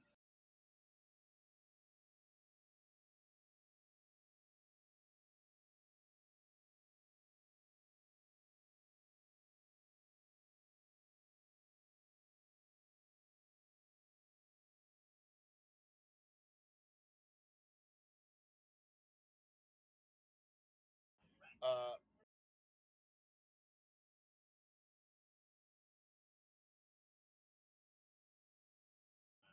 20 is my armor class. All And right. I can shield to make the rest of them not hit. So with shield, it's 20. No, with shield is 25. Ah, okay. So you shield and none of these guys hit you. Okay. Okay. The remaining 3 will run up the northern stairs, taking the dash action, and running up to the 3 doors, banging on them with their hands and yelling.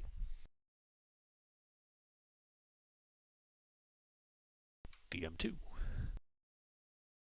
The doors open that they were banging on, and 7 more guys out of each door come pouring out, dashing into the room and down the stairs.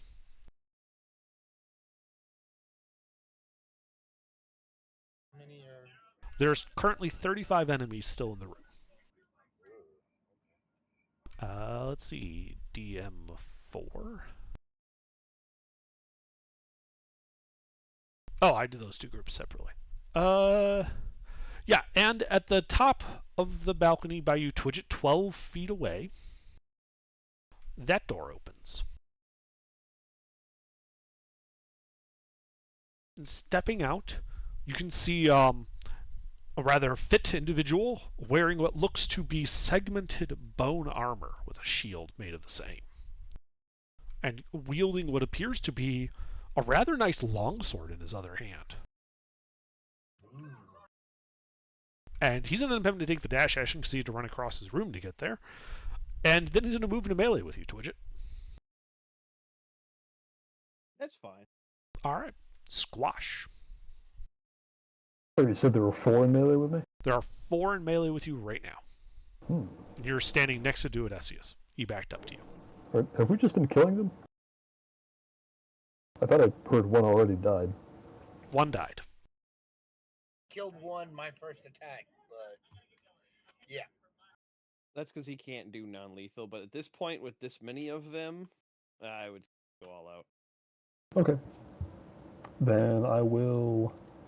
Let's see, I will start by... I guess attacking one of them. Okay. Roll to hit.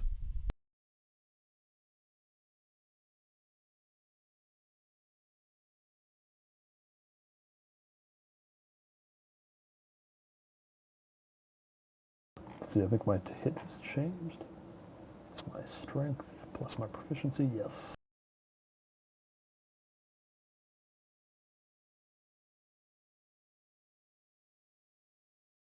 That hits him.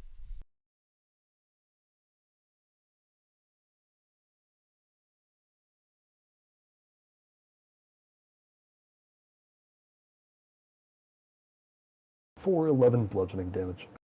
All right. Yeah, you just crush his skull and he drops. Ah, okay. That tells me I don't need to be using Hex or anything on these guys because they do not have a lot of health. Alright. Then bonus action for the other one, Dancing Sword. Okay. By one of the, you mean one of the other ones in melee with you? Yeah. Okay. Them first. Just making sure so I mark off the right guys. That also hits. For 14 slashing. Yeah, and you just take that guy's legs out and then it dances around and takes his head. He's dead. Okay. And that's it. Still 2 in melee with me. Yes, still 2 in melee with you. Yep. That's it for me. All right, Galen. So, how many of them attacked me a second ago? 10. 10? Basically, you ran up, smacked the one in front, and the rest of the guys like ganged up around you and started shanking you. Okay, so if I was to do a 15-foot cube around me, how many of them would I hit? Around you, you would hit all 10 and Thunder yourself. Wave, like Thunder Wave. Well, Thunderwave goes away from you, so you could probably hit 5 of them. Could I move back and hit them all? You would provoke attacks of opportunity from them, but yes, you could. Okay. All right. Oh, wait, they've surrounded you. So as a bonus action, you'd have to either tumble or overrun their space. Either strength athletics or acrobatics as a bonus action to kind of push your way through them. Let me check, see which one is better. I think athletics would be better. Okay, so you're just going to try to overrun the guy's space as you back up a bit. Yeah. All right. Well, make a strength athletics check. Now, they obviously don't want you to go, so you have to beat an 11. And you do. You shove your way past them, provoking attacks of opportunity. Actually, it wouldn't be from all of them, just from the ones you're leaving the zone of control of, so that'd be like 6 of them.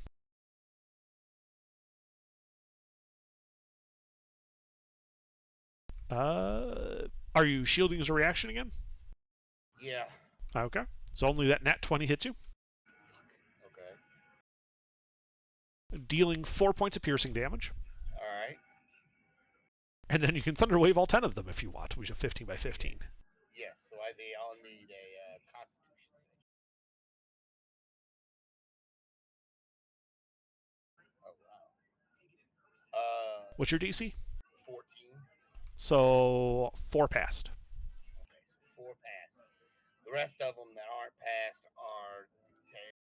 Yeah, well, roll damage.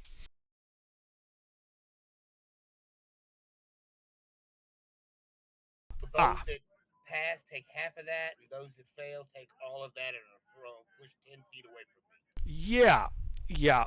So, the 4 are bloodied by their saving throws.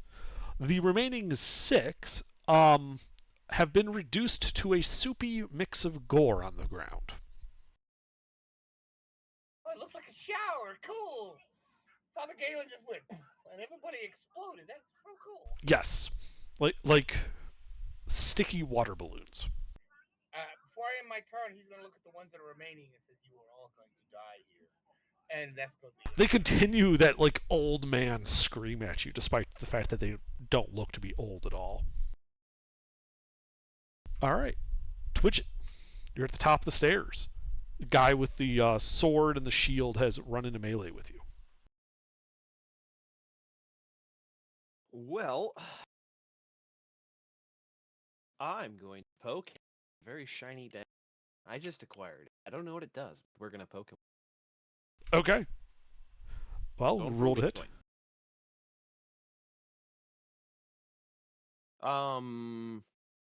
I suppose I wouldn't know, but is this a +1? You don't know. Just make your normal attack roll. Yeah. I would hope if I put a space in. Yes, it would.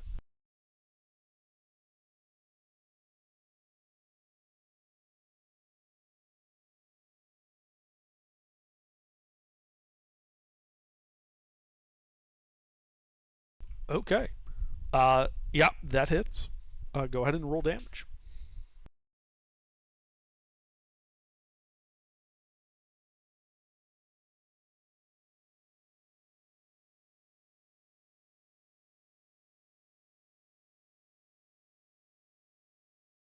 All right, 20 points of damage.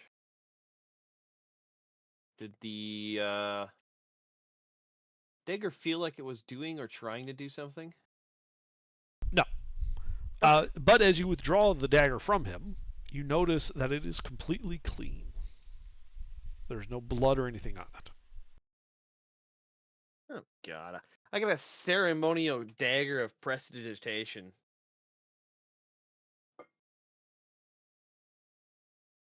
But yeah, he also looks like that hurt him a lot. Excellent. Anything else?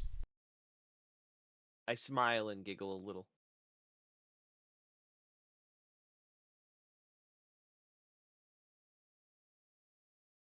Okay. Yep. DM5. Another tribesman walks out of that stone door by you, Twidget, and up to the edge of the balcony. This one wearing a mask that has very obviously been painted in blood.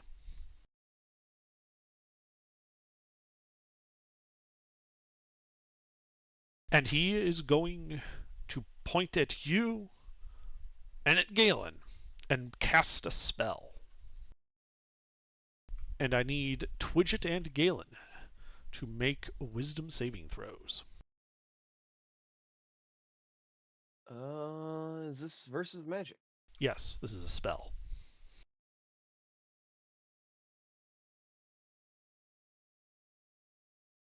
Mister? No. Mister, you resist it. Twidget does not. Twidget, you are paralyzed. Okay.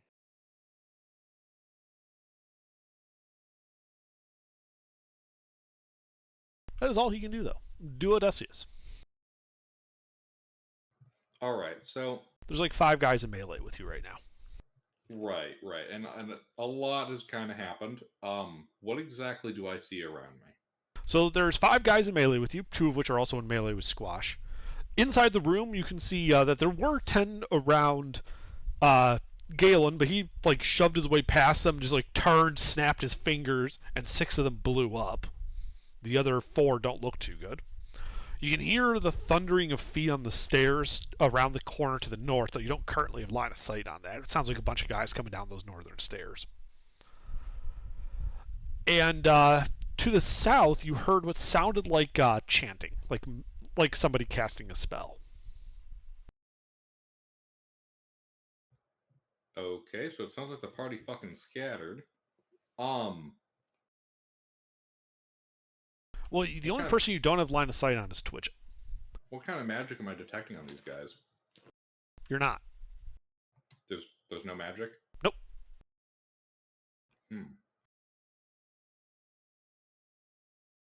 Okay then. Thunder Wave on the cluster 5 in front of me. Okay. Con save.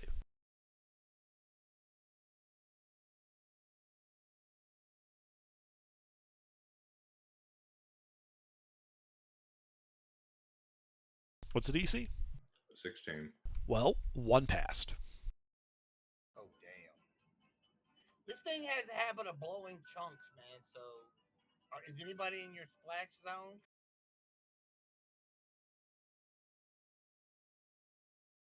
Oh, you didn't do it. Okay.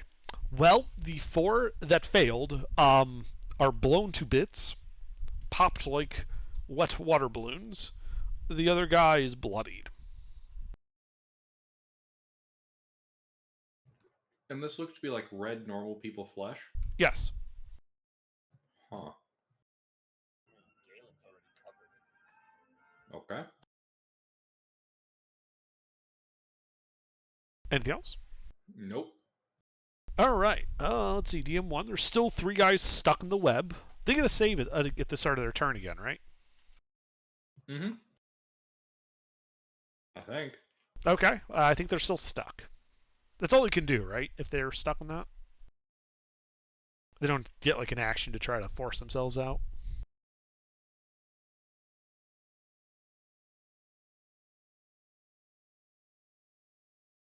Oh no, they can make a strength check. Okay. They're going to do so. Also, yeah, and apparently it's when they start their turn or enter, they make the save and they're stuck until they break free, and they can break free by doing the strength check.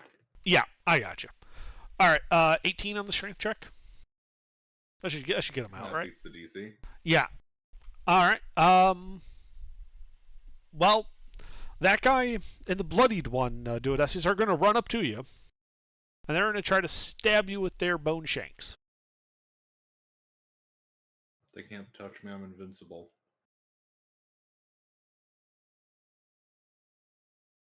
Does either of those miss? They both hit. They both hit. Fucking hit me. Okay. Wouldn't make me look like an asshole now. Yep. As they shank you for a total of 9 points of piercing damage. And I need 2 con saves from you. Concentration checks for web.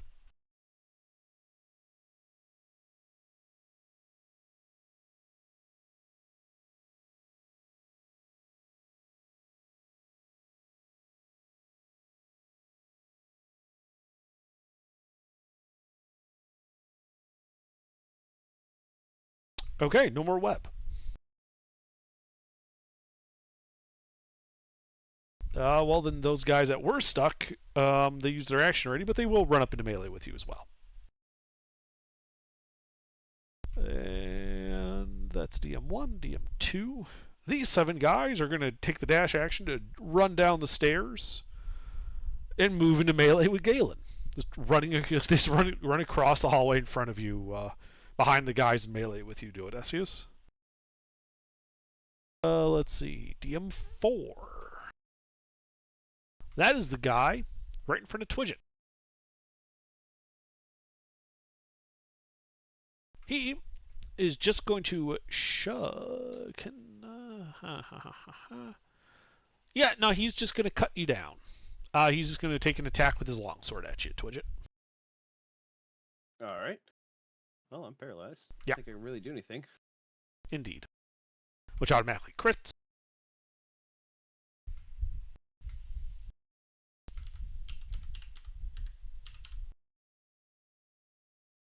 Dealing a total of 8 slashing damage to you. Ow. That hurts.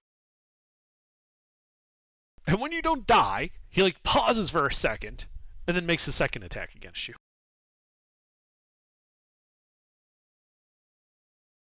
$20? Yep.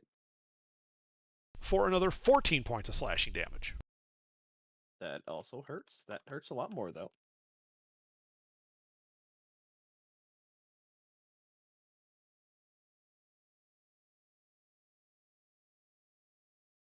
I am bloodied by that. Okay.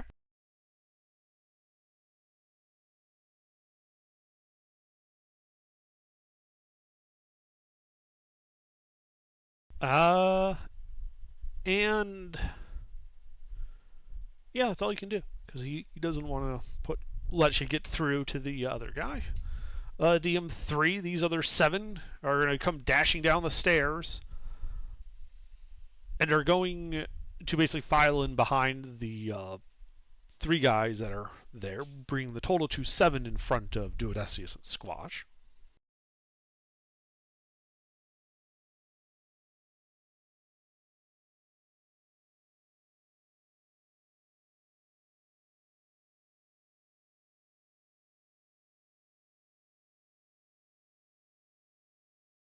All right, and then Squash, it is your turn.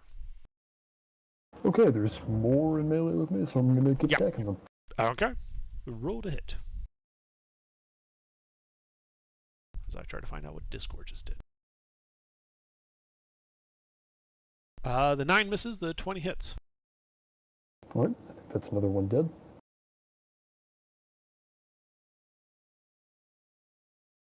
For 8 slashing. Okay, yes, that is another one that bites the dust. Okay, that's it. No sword? No, that was the 2 attacks. Ah, okay. Galen. So other than like the 3 that survived your blast, there's 7 more have run up to you. I mean, it's like it's just. I'm gonna. Yeah, all just charging at you with like these like makeshift bone shivs, yelling. You know, that's I don't like to repeat myself, but if they're just gonna line up like this, then I mean, I'm gonna thunder wave again. I mean, so, Okay. Yeah, I need a con save from all of them, please. Yep.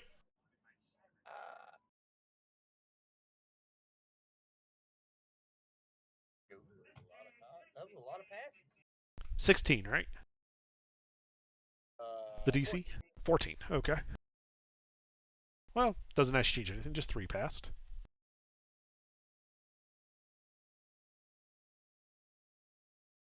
Well, son of a bitch. Well, they survived because Yeah. They're hurt a bit, but all the ones that failed though got thrown 10 feet back. So. okay. Yeah. So only 3 of them are actually like near you. The other 7 were thrown back, 10 feet, prone on the ground. Anything else, Galen? No, that's all I can do. All right. Twidget, you are currently paralyzed. At the end of your turn, you can make another Wisdom saving throw.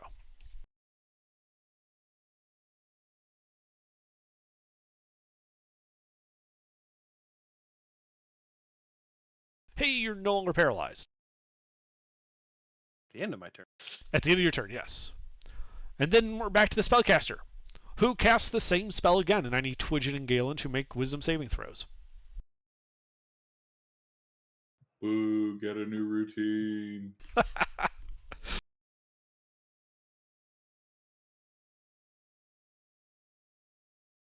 Well, this time Twidget passed.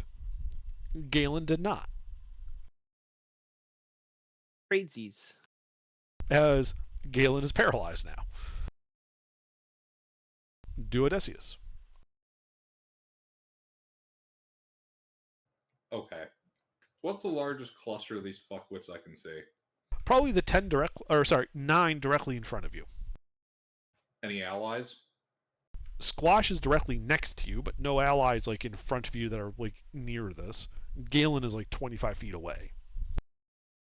Okay, snap my fingers. Fireball. Isn't that a 20-foot radius, like a 40-foot diameter sphere? Uh-huh. Okay, so you don't care if it hits Galen? Don't worry about it. I'm alright.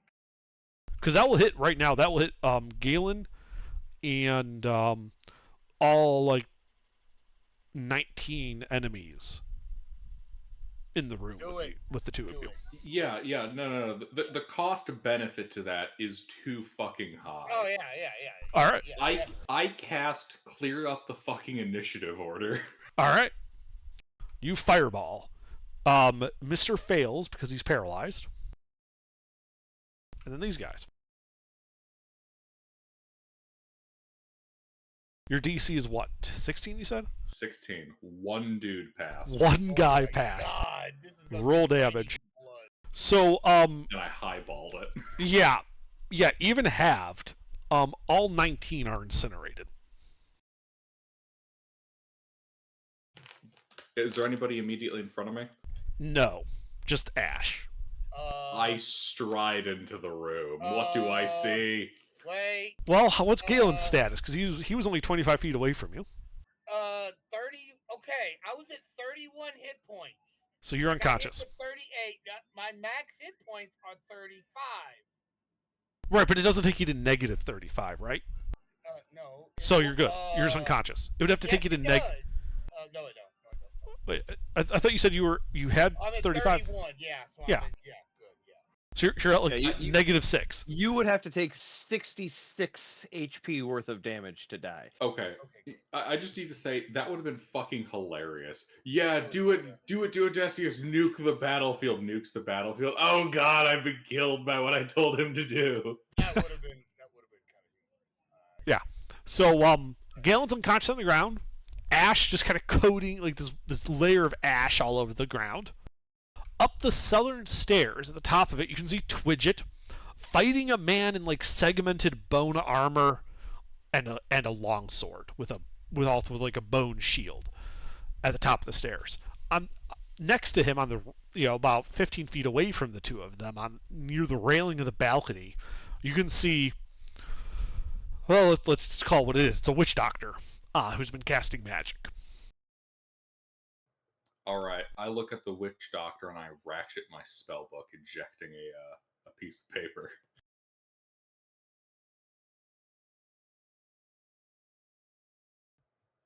Okay. Distance? Stand by. Flipping through things. Let's see. So that would be 10, 20, 30, 40 feet, and then 20 feet up. So about 50 feet. Straight line. So he's 40 feet over and 20 feet up. I back up to break line of sight. Okay, you go back into your corridor. Mm-hmm. I walk into the room, make menacing eye contact, and leave the room. That's my turn. Okay. Let's see. DM1, annihilated. DM2, annihilated. DM4. He's going to attack Twidget. Kill-tacular. Hey, at least I'm not stun locked this time. Yeah, you're not stunned. Paralyzed. Yeah, I know. Does a 20 hit you? Reaction shield. Okay. He then tries to basically just, because there's no railing on the stairs, he's just going to try to shove you off the side of the stairs. This is so you can contest with athletics or acrobatics.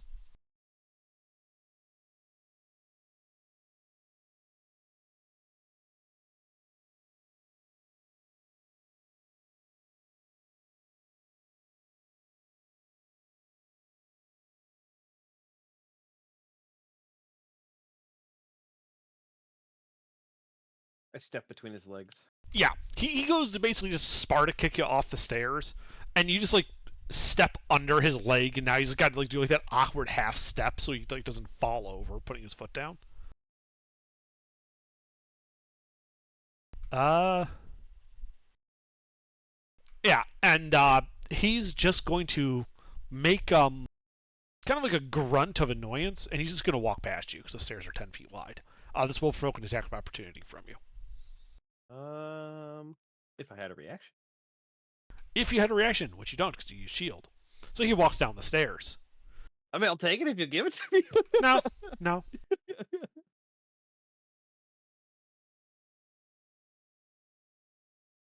Okay. So, do it as you can squash. You can hear somebody walking heavy footfalls to the south around the corner. You just don't see them from your current position. DM3. Annihilated. Squash. Alright, how many are in melee with me now?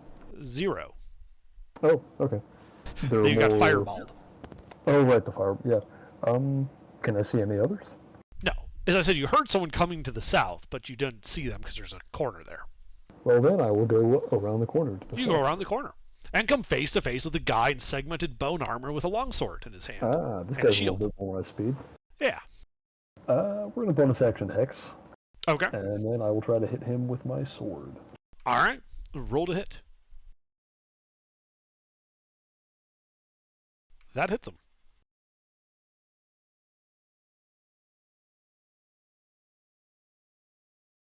Let's see here. It's a combination of 13 bludgeoning and necrotic.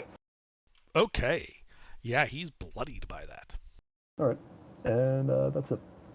He was already injured before you hit him, just so you know. That wasn't Oh, yeah. 13 that bloodied him. All right. Galen. Death save, I believe.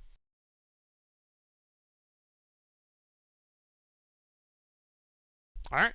And then at the end of your turn, you do get to make a wisdom save to try to stop being paralyzed. While I'm unconscious? Yep. Unconsciousness does not prevent wisdom saves, just strength and dex saves. That's just weird, but okay. Wisdom plus 3. Your mind is still working. You're just unconscious. And I'm still paralyzed. You're still paralyzed. All right. Twidget. You're at the top of the stairs. The guy just, like, walked past you, ignoring you, after he failed to kick you off. All right. Well, he went down there. There's the witch doctor's up here, though, right? The witch doctor's up there. He's 15 feet away from you. I smile, pull out my crossbow, and shoot him in the face. Okay. We roll to hit.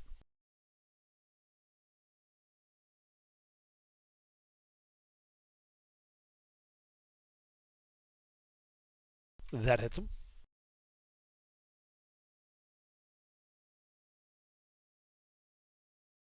"19 piercing to the gentleman with the ugly mask." Okay, that bloodies him. Good. And then he has to make a con save.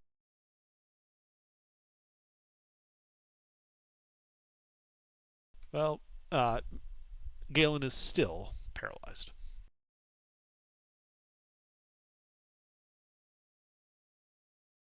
Anything else? Nope, that's it. All right, well, Squash, that guy with the sword, is going to retaliate. He's going to swing his sword at you twice.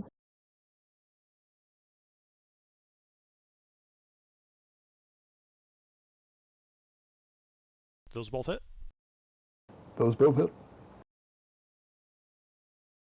For a total of 20 points of slashing damage from the 2 hits.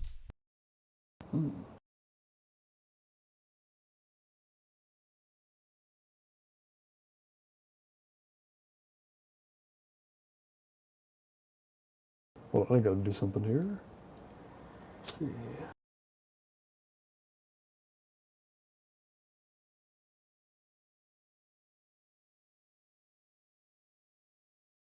Okay, so one of those does not damage me at all. What's that? Between Stone's Endurance and Heavy Armor Master, one of those gets canceled out completely. That applies to the first one, so it's the big one, and then the 8 will only be 5. Okay, now I gotta make my con save.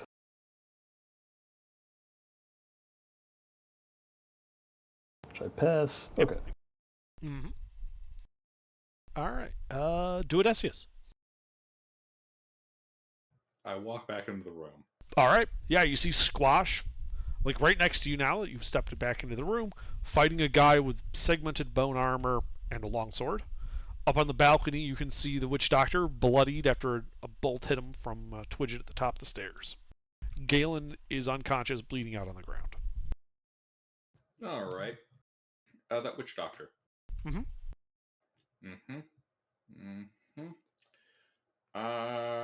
Wait, what was that exact distance to him?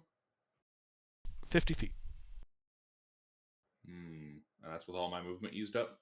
No, that's with walking 10 feet forward to enter the room.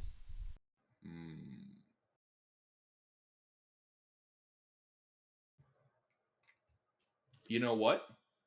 I'd like to get the space 5 feet behind him within 30 feet of me. Do you have 30 feet of, do you have a total of 30 feet of movement? I have 30 feet of movement. Then you can do so. I Misty Step behind him. Doesn't that require you to be able to see that location? I mean, can I see the area around that location? You can see the area above it. Okay. All right, so you appear in the air like 5, like up against the ceiling, like 8 feet in the air above the ground, and drop the 8 feet behind the witch doctor. What do you do now? Well, I'm going to use a potent spell upon him. Are you now? Actually, is this the kind of balcony that looks like he could get yeeted over the side? There is a railing, but if you hit him hard enough in the upper section, you could definitely shove someone over it. Okay. Let's see. You know, fuck it. I'm a wizard, but I'm gonna shove him. Okay. That's a strength athletics check then from you.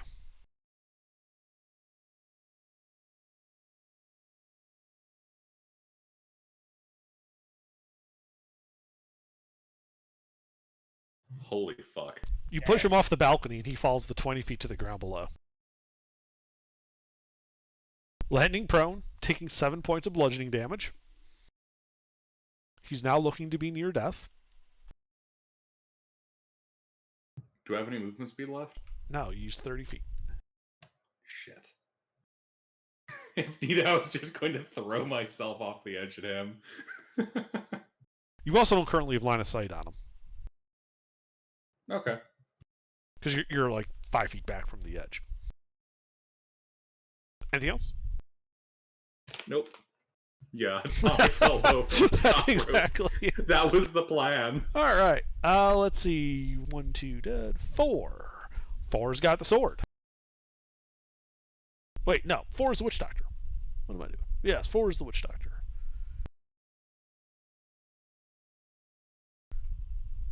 And the witch doctor is going to stand up. Brush his stuff off. Give an angry look up to the balcony and take a step back so he's directly underneath it. So you can't just look over the edge and shoot him. Then he's going to point a hand at Squash. In Squash, I need you to make, as he casts a spell, I need you to make a wisdom save. Oh no.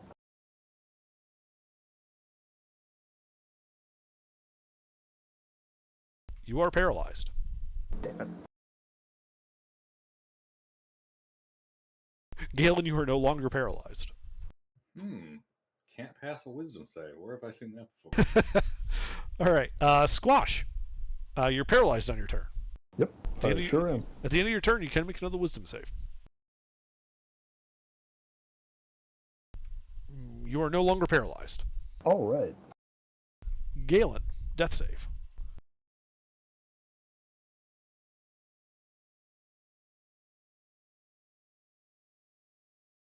That's 2 successes. Twidget. So wizardy folk left to my line of sight. Yes, he got pushed off the balcony, and then he stepped back, so you'd have to like go partially down the stairs at the edge to kind of see him underneath the balcony. And then there's a guy with a sword at the, down the stairs and forward a little bit. So I can see the guy down the stairs and forward a little bit. At your current position, yes. Okay, then I will shoot him in the back. All right, roll to hit.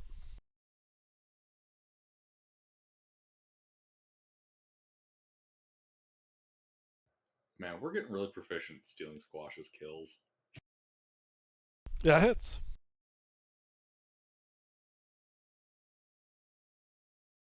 22 piercing to the back. Yeah, but it's also saving Squash from taking damage. Yeah, that's true. Well, he is looking to be near death now. Damn it. Well, I'm not paralyzed anymore. Oh yeah, that's right. You're not. Well, you can. I got the kill down to 0 for you. Yeah. Anything else? Nope, that's it. All right. Well, guy with the sword.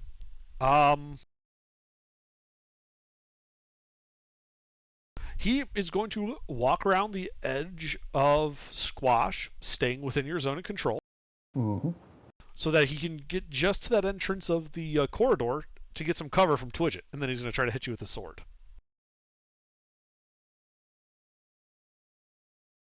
All right. Does an 18 hit you? No, but the 25 does.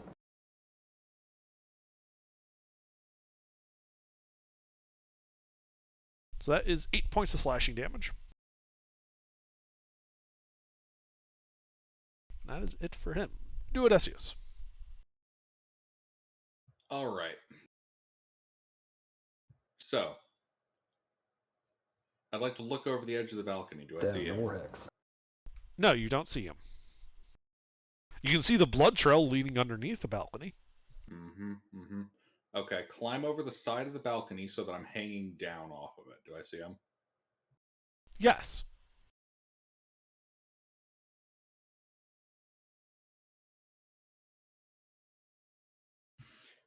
If I swing, do you think I'd be able to throw myself at him? It would require an athletics check, but potentially yes. Or actually, I could see acrobatics too for that. But it would require a check. Okay. Yeah, I can do acrobatics, yeah. Okay. Some Cirque de bullshit coming up here. Indeed, as I throw myself at him. Okay. Is this acrobatics? Yep. All right. So you like start swinging a little bit, and you'll go and like you kick your legs forward to kind of launch yourself towards him, as you overestimate it a bit, and then I'm just belly flopping on the ground right in front of him, taking 6 points of bludgeoning damage from the fall. What's the look on his face? You idiot.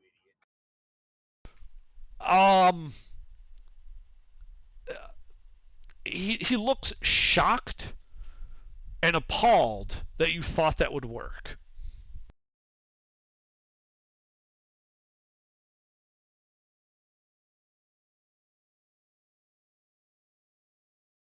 Well, I'm taking that personally. Magic missile, 2nd level. All right. Well, wait, hold on. Does he have shield? No, he doesn't have Fucking shield. blue ball me. He doesn't have shield. It hits him. He hasn't used his reaction yet. As you just hit him, shooting him, blowing little bits off of him, as he collapses to the ground dead.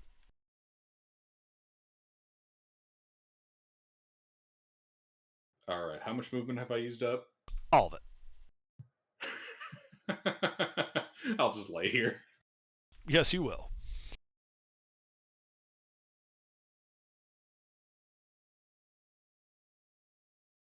Anything else? Nope, I'll just lay here. Okay. Let's see.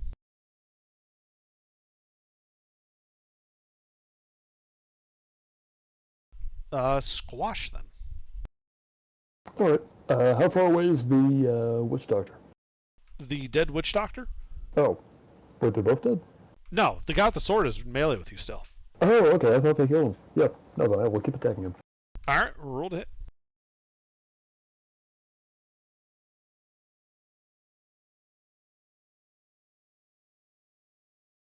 Those both hit.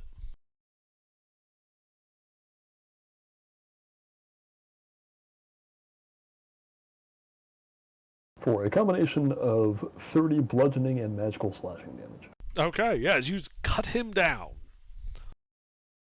The sword clanking as it hits the ground. And it begins to glow a faint blue color.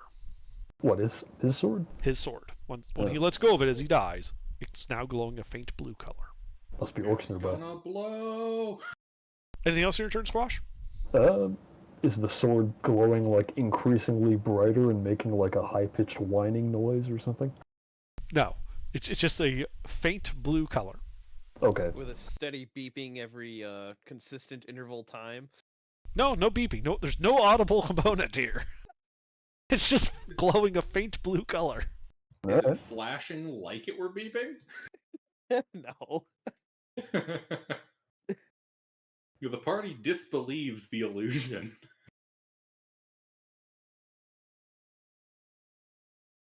All right. Galen, death save.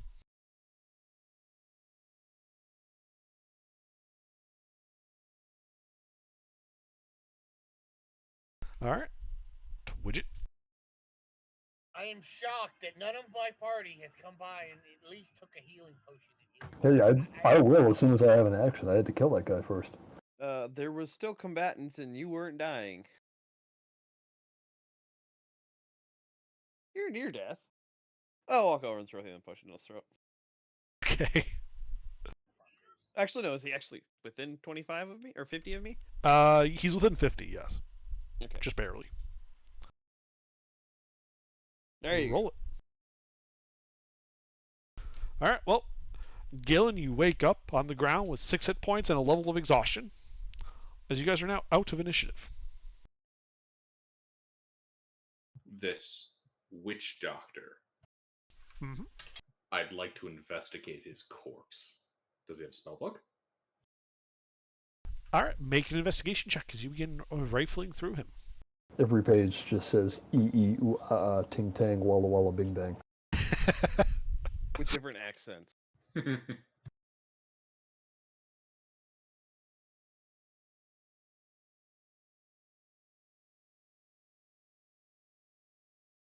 So, yeah, you start looking through him, and other than the robes, you find that his body has, like, bone piercings all over it. But no book or anything. Not only is he an illiterate barbarian, but he has appalling taste. Well, I have to take the dogs out. I will be back momentarily. Is there anything else amongst these people we find of interest? Well, their bone shivs were turned to ash along with them. The guy with the segmented bone armor, though, is over there, and that glowing blue sword he dropped. Yeah, let me look at use a sword? I know identify. So I'm gonna identify the sword. The sword. Okay. That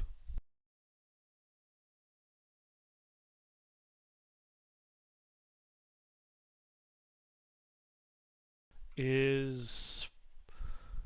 I thought that was something else. Hang on.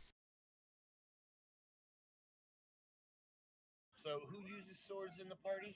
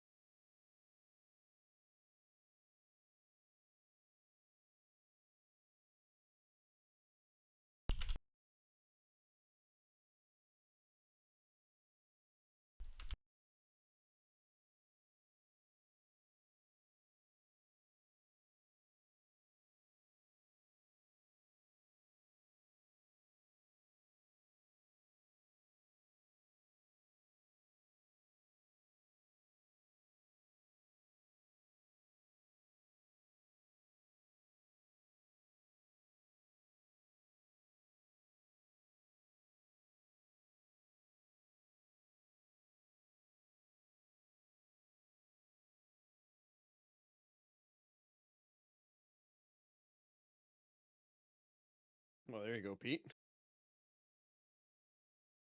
No? Ah. Plus 2 sword. Oh yeah, that'll do. Give me all the magic swords.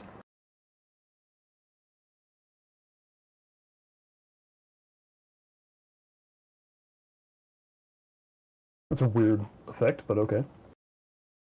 Just wrap some cloth around it when it's in your sheath. Yeah, like when it's in your sheath, like the handle is still glowing faintly blue.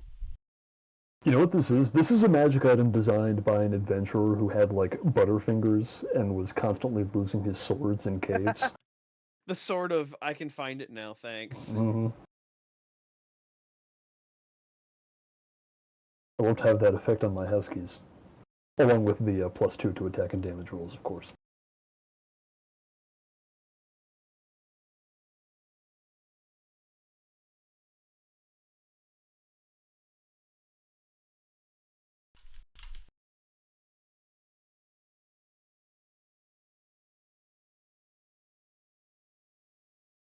Well, my original longsword of bludgeoning damage was okay, but this is better.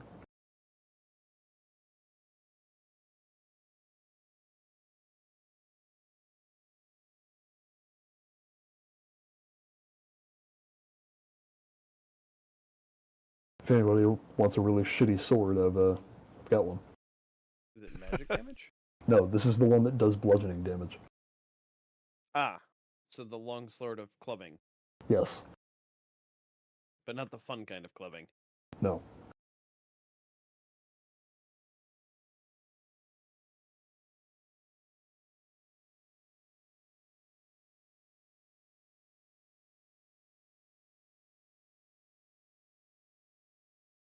It does get you half off the cover charge, though.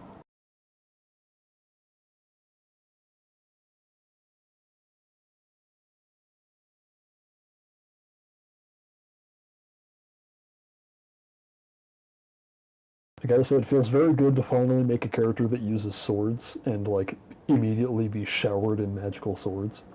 Yeah. I've got 2 now.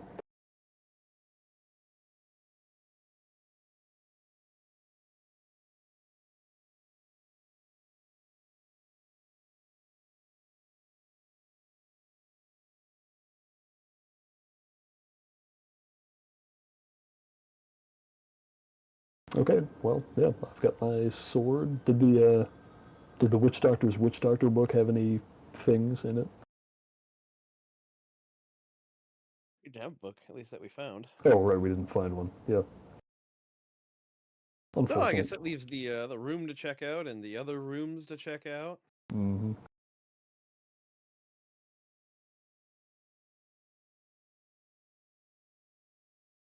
So, how's everybody's week been? Oh wait, I asked. Well, I think we're checking out the rest of the room. Gilbert's our investigator, though. Oh, yeah.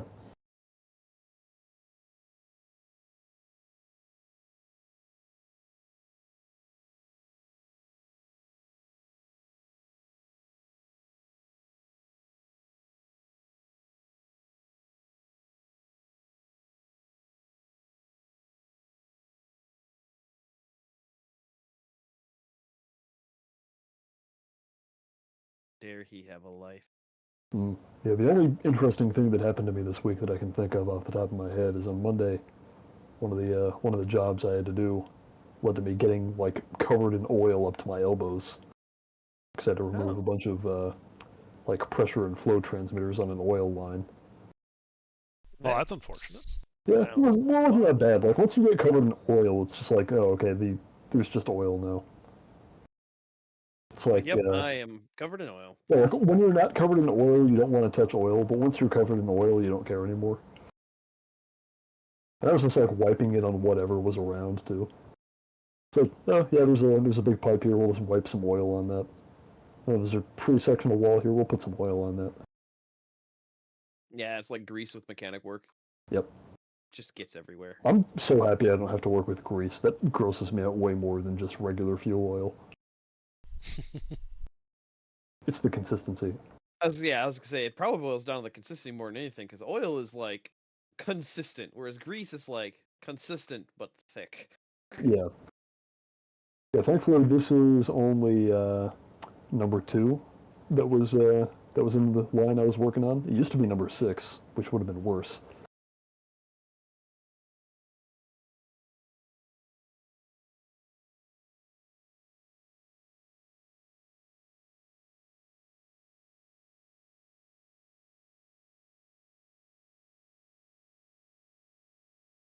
Let's see, well, I didn't do anything fun this week. A friend did pass away, but can't really do anything about that. Somebody I drank with.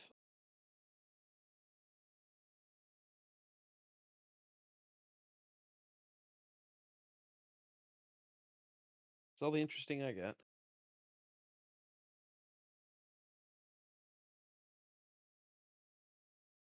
I just had work. My car broke down. I paid $1,800 for a new transmission, and when I drove it out of the shop, I drove like half a mile, and the transmission fell out in the street. So they had to put it back in the shop. That's bad. Yeah. They told me that the one they just put in broke. Well, that's inconvenient. Yeah. I say at least they have warranty coverage on it, I'm assuming. Yeah, they're gonna fix it. They got a new one coming in. Of course, it won't be here till next week. So I'm gonna put the shop for another week.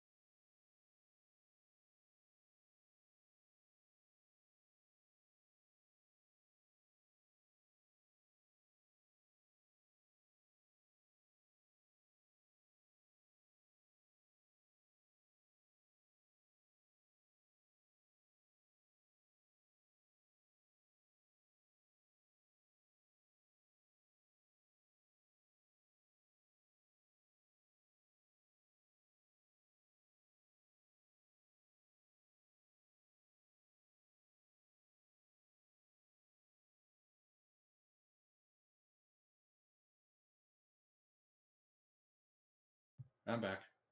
I'll be right back. Welcome back.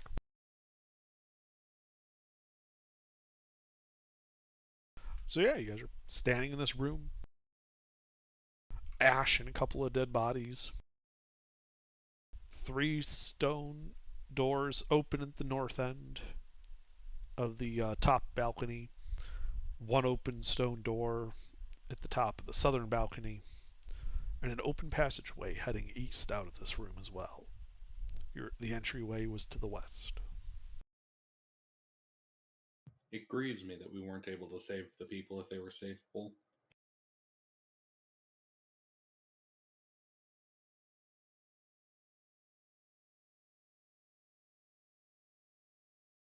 Well, we tried.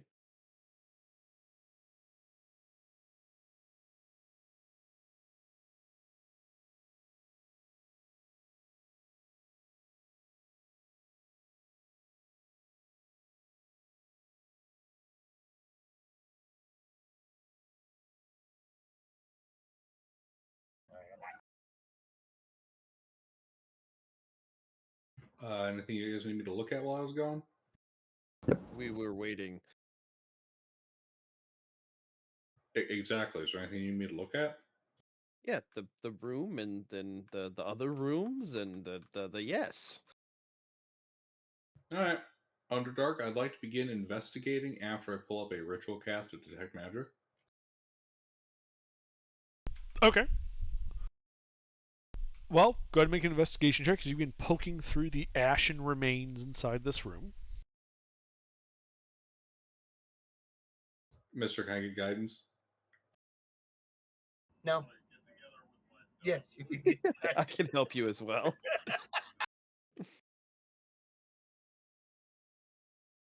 So you begin poking through, and you find, remains that would indicate that, this was like a big cooking hall, some charcoal, some bone fragments. Nothing metal, though. And you don't, like, other than that, you don't really find anything of interest in this room. Absolutely nothing worthwhile in this room, gentlemen. On to the next. Okay, where are you going? I pick one at random. Then do so. That one. Gilbert. Okay, are you going to one of the 3 northern ones? And if so, which one? The southern one or the eastern hallway? Okay. Let's go with one of the 3 northern rooms. Which one? We'll start left to right. Okay. So you go up to that first one, poking your head in there. And this chamber reeks of grease, smoke, sweat, and fish. The ceiling is heavily stained with soot and hung with feathered ornaments and headdresses adorned with bones and large fish scales. A smoldering fire is surrounded by sleeping mats, gourds, pots, and carved obsidian bowls holding mud and ash. What this seems like the witch doctor's primary room. I'd like to investigate it. What, pray tell, is happening in here? What does it mean? Okay, make an investigation check because you've been poking around.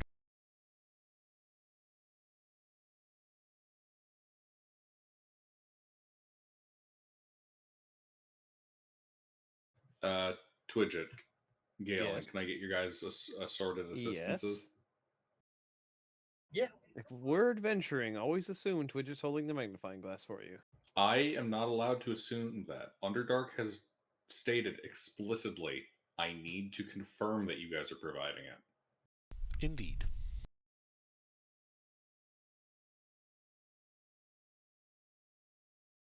All right. So you begin looking through all these, and you realize that other than the sleeping mats and the smoldering fire, the gourds and the pots are all full of paint in various earthen hues.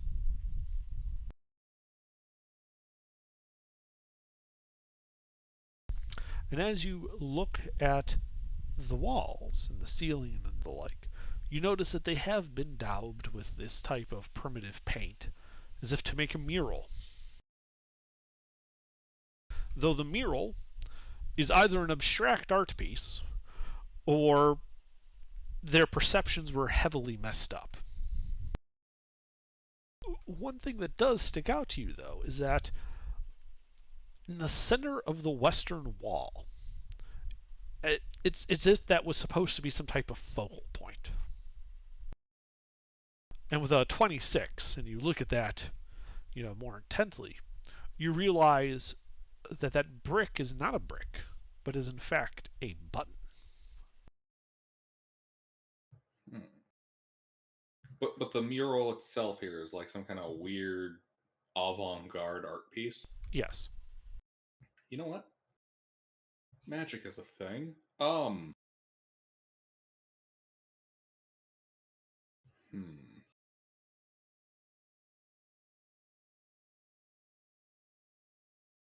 Galen, you're some kind of alchemist, yeah? Yeah. Can you do me a favor and concoct something that will get me ever so slightly zooted?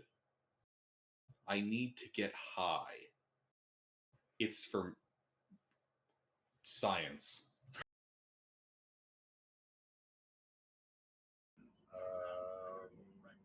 I suppose I could figure something out. Can I do something like that? Well, do you have anything that would potentially do that? What do you got? I don't think I'm not an armor alchemist, artificer instead of a potion alchemist. Are you proficient in alchemist tools, mister?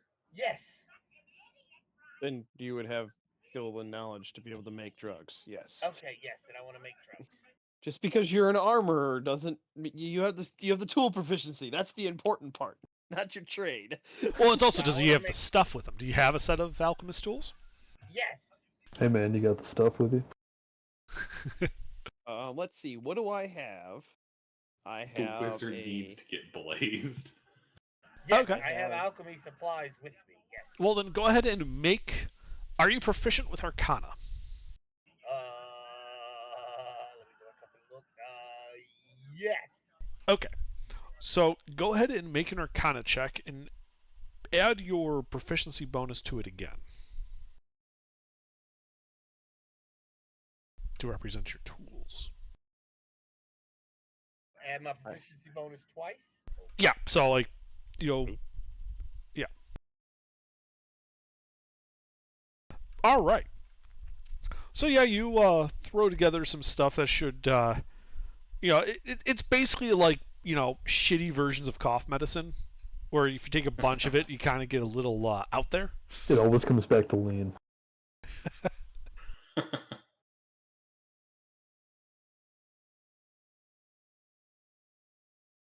But yeah, you produce something that should put Duodecus into a slightly altered mental state.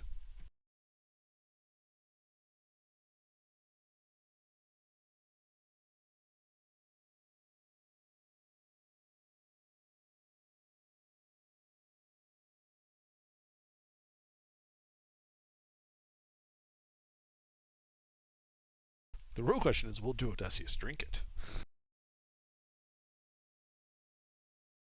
Let's say I've got.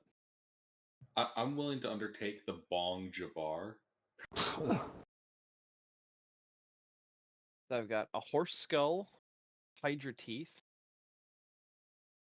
candles, a bag of salt. Look, I said I needed to get zooted, not fucking obliterate my mind. Charcoal. Twitcher can take a crack at it too. The booth of feeble mind. All right. Well, Duodecus, you drink the draught. And Draught? yes, the draught. You mean draft? No, I mean the draught. What is that? The stuff Galen just made. Okay. It's not a proper draft, it's a draught. Exactly. And yeah, your vision begins swimming a bit. You notice like at the edge of where like light and stuff reflects, it kind of takes on some like smearing effect like with the light. Oh, that's one of my favorites.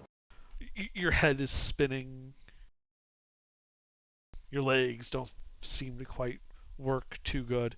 You guys are just looking at Duodecus, so you can see like one pupil is dilated, the other isn't. He's kind of swaying a bit on his feet. Yeah, you feel like you're Like playing in cartoon third person character. somehow. I'd like to stare into the center of the picture that was drawn by the weird ass witch doctor. Okay. So you begin staring into it. And staring into this swirling mass of paint and color. And it's like right there, right on the edge of your perception. Why don't you go ahead and make a perception check.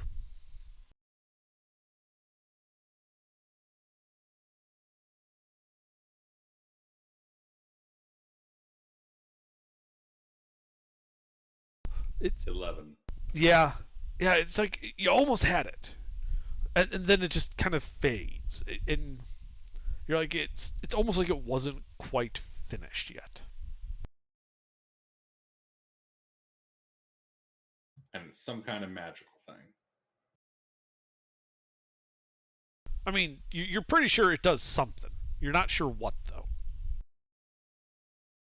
But like they were doing something here to have an effect. That much is obvious.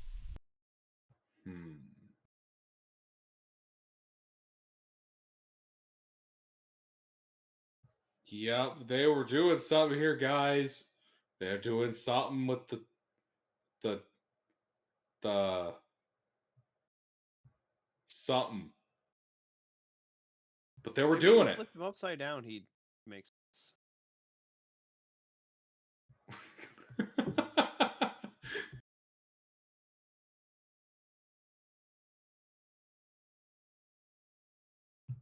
Alright, I push the button. What's the button do with the colors and the swirls? Nothing. Push the button again. You push the button. No. It doesn't have anything to do with the colors of the swirls. You push the button though, and those of you standing outside the room, that wall to your left descends into the floor, revealing a passageway. I push the button. Nothing happens. I push the button.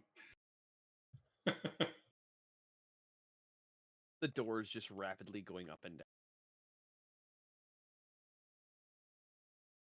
And so you can see it's a 40-foot hall that opens up to a room. You can see that it's a extremely dusty and apparently unused corridor.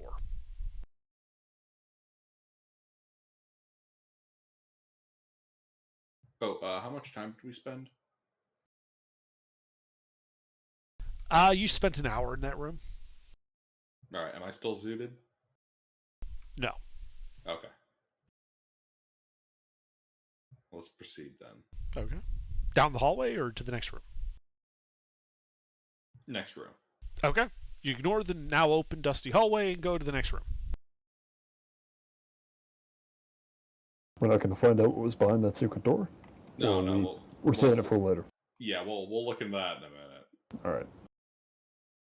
We have clearly found the thing that goes further. We should finish the floor. All right. This chamber smells of flour and herbs intermingled with sweat and fish. The ceiling is stained with soot and adorned with bones, feathered ornaments, and large fish scales. A smoldering fire is surrounded by several sleeping mats, gourded pots, and many tools such as shears, mallets, and needles. The bodies of several young women lay on the ground, their throats cut.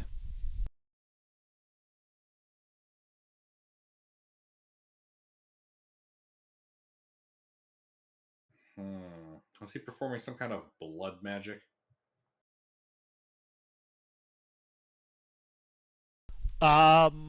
Make an Arcana check.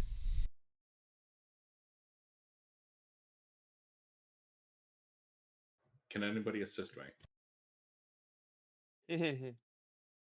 Was that a yes? No. I know no Arcana. Yo, mister, do you know Arcana? You're proficient, yeah? Yes. Yes, I am proficient. All right, can I get guidance from you as well as assistance? Sure.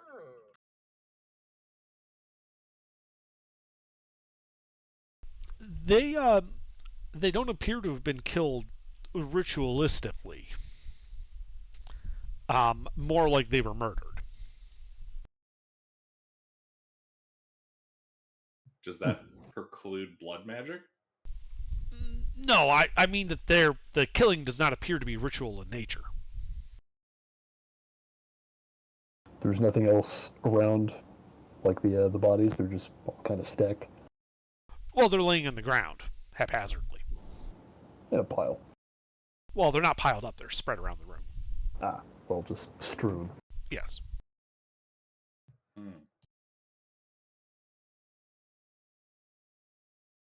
But they've all been killed in the same way. Yes, their throat was cut with something sharp. No That's such the only implement is. ritualistic thing about it. Yeah, no such implement is Otherwise- present. So the room smells like fish. And you said there was flour, as in flowers, or flour like the stuff I use to create dust explosions? As in the plant. Flowers. What kind Yes. of flowers? It doesn't narrow it down. They both come from a plant. Water lilies.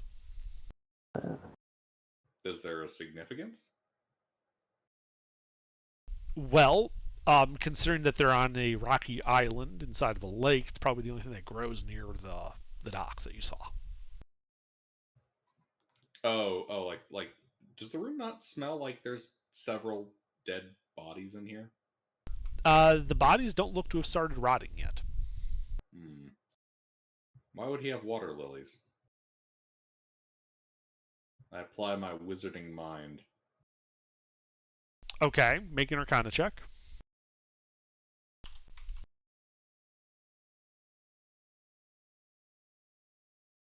Man, I'm really getting these nat 20s on the Yeah. skill checks, aren't Well, I?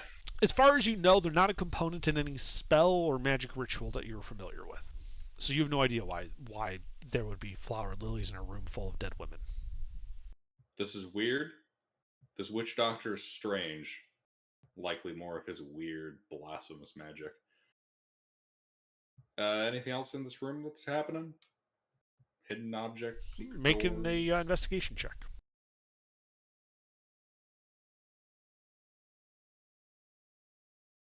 Assistance and guidance, guys? Investigation. Full I can help with. investigation? Can't help you.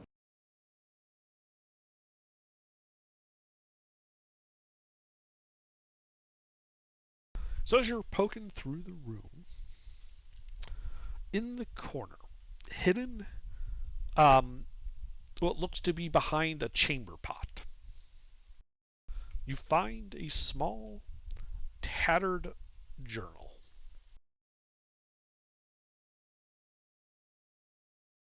And as you go through it, it would appear that these women were abducted from the village. And it details the various deprivations they were subjected to. The final entry mentions that it sounds like a big fight is going on in the room. The screaming indicative of another ritualistic combat. There's a word she writes, and then she scratched it out so that it's not legible. She writes another word, scratches it out, and then simply writes the enemy. Is the ink dry? Yes.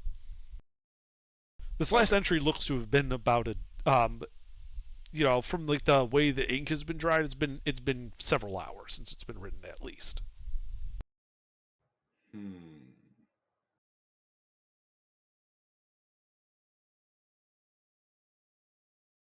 So couldn't have been us. Most foreboding.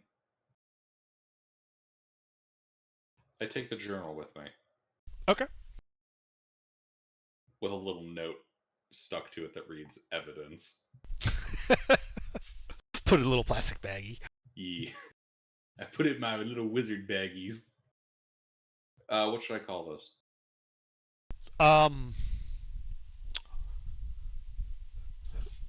Journal 1-3 Bravo.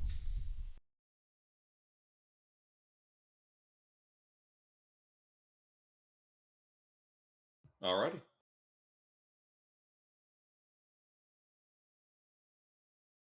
Next room.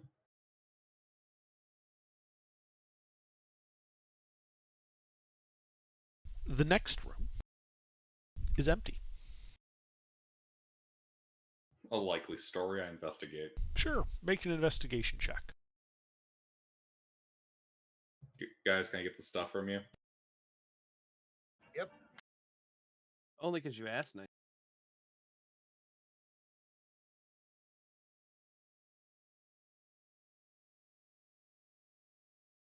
So as you're looking through the room, you realize that the floor has various large brown stains all over it. Yeah, old blood. Yeah, probably old, like old blood. Yes, like old blood. All right. By No the God's secret. spirit lords. No secrets or hidden things. You don't find any secrets or hidden things. All right. We head to the main chamber. Okay. What were the other unexplored directions? Well, you came in from the west. There is a passageway to the east. You just were at the northern balcony, where there were the 3 doors and the secret door. And to the south, there is a another balcony, and that one has a single stone door. Yeah, let's start with that. Okay. You walk up the balcony, go into this large room. See, the other rooms were like 20 by 20. This is 40 by 30. And this room is cluttered with sleeping mats, gourds, half-eaten fruit, bits of bone, and various other tribal accoutrements. Several racks display a variety of skulls and animal pelts, while numerous furs are hanging on the walls.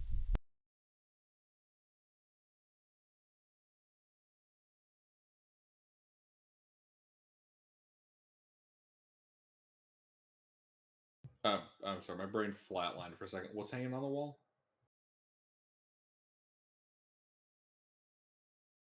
Numerous furs. Okay, furs. Okay. Investigate. Sure. Go ahead and make an investigation check. Guys, Yes. all right. Yes. All right. Look, I have to ask. I'm required.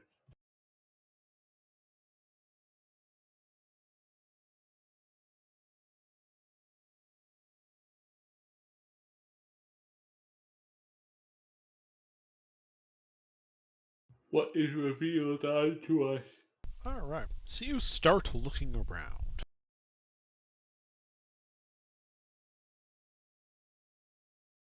And as you're poking about, you do find that in several of the skulls that were laying around, hidden like inside the jaw, are various gemstones.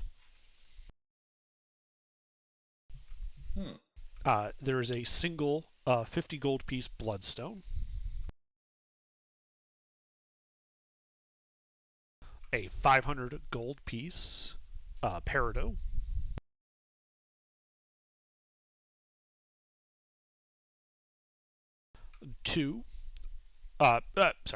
one 1,000 gold piece black opal, and a 1,000 gold piece star sapphire. Ruffles, you're tracking this, yeah? You're doing the investigating. I thought you were, but I can write it down in a second. Yeah, if you could track the loot, I'm taking notes on the investigation. And in the final skull, you find a 1,200 gold piece diamond. Andre, could you run back through all them? Yeah. Or copy Sorry. paste.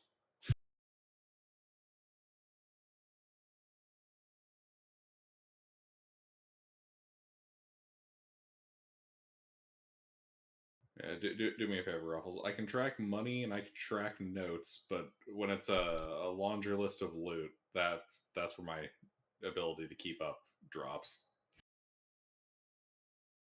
Well, the trick is learning shorthand. Or creating your own variation of shorthand.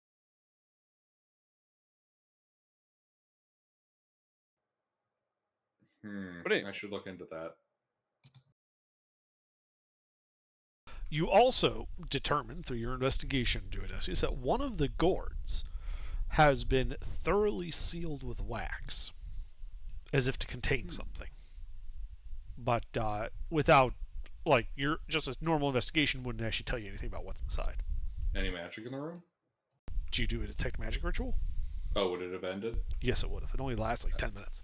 Fair enough. Yeah, I pick it back up then. I forgot that it's only 10 minutes. For some reason, I thought it was an hour. Thought it was 10 minutes. No, yeah, it's 10 minutes. Yeah, no, I just thought it was longer. Than Yeah. than it apparently was. There is transmutation magic coming from inside that skull. Or, sorry, that gourd. Okay, I'm going to dip out of there for a second. I want to check out the other two rooms What are that the we've two rooms? previously been in.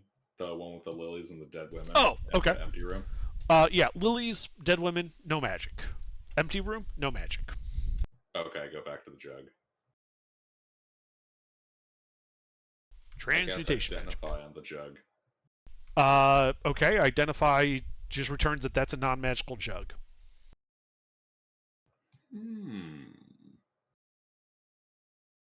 Is this particularly potent? Unclear.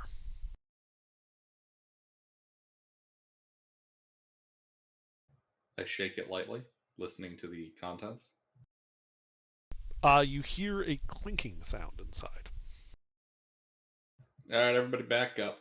And my little buddy Noel, with his little raccoon hands, are going to pop the lid. All right, yeah, he pulls out the wax plug. And inside, he sees a vial with a cork.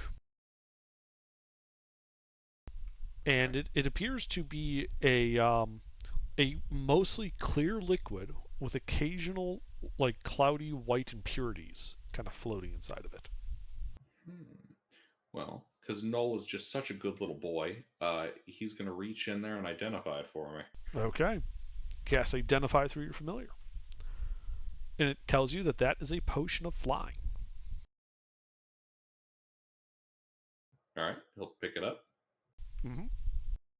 That's so weird using Identify on a potion instead of the party just immediately drinking it. What? Fucking last night we got a potion that was like obviously a potion. Somebody's just like, I'm gonna drink it to see what it does. Yeah, they just find unknown potions, so they just pop it open and chug it. What? Yes, it was hilarious. Also sad, man, because that's gold down the drain, literally. Hey, Would have been great if it was like a very short acting but very useful potion to use like in combat or something. Yeah. Potion of potion identification. Potion of on-site meteor swarm. Well, it would have been like, a potion of invulnerability. It lasts like 5 rounds. Potion of disintegrate. No, I only give that one to you. Oh, fuck. That's terrifying. You don't know when, you don't know where, Gilbert, but one of these days, your wineskin is going to have a potion of disintegrate put inside of it.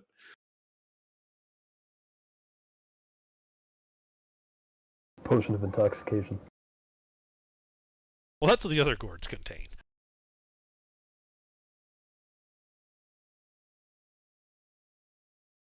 All right, but that is all you find in the room. Any other passages? Not that you see. Then we abscond from the room and go to the next one.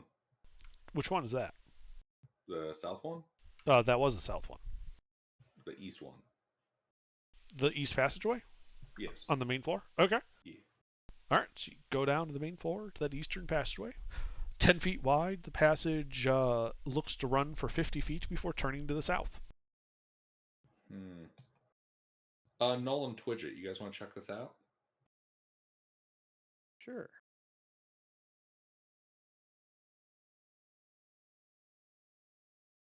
So you're going down the corridor? Yeah. My familiar and I guess Twidget are going down the corridor. Okay. Are you guys being stealthy? I am. I'll put the raccoon on Twidget. Well, go ahead and make some stealth checks.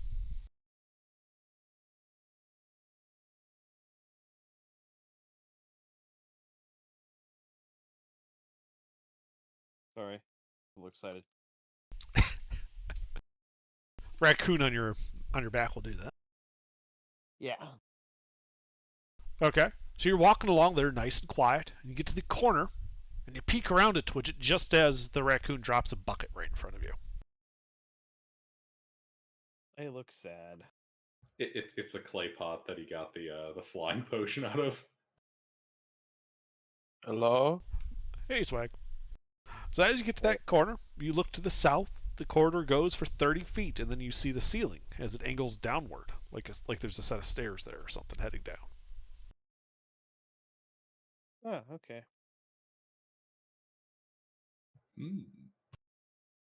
Well, I see the secret passage. Oh, Sorry I'll about head the back yawn. to the party and let them know that the passage is clear. There's no hostiles, and then we can proceed. Let's use that secret passage. Okay. We both head downstairs. So you go back up to the northern balcony, and then start heading down the secret passage? Yeah. Alright. The dusty, ill-used passage goes 40 feet before opening up to a larger 20 by 20 chamber. In the chamber, you can see moldering rags and unidentifiable lumps dotting the floor, which present a variety of lurid colors to your eyes. Along the southern wall of the chamber are several large stone levers and a corroded bronze tube. Hanging from small holes in the ceiling are 3 rotted and tattered ends of rope.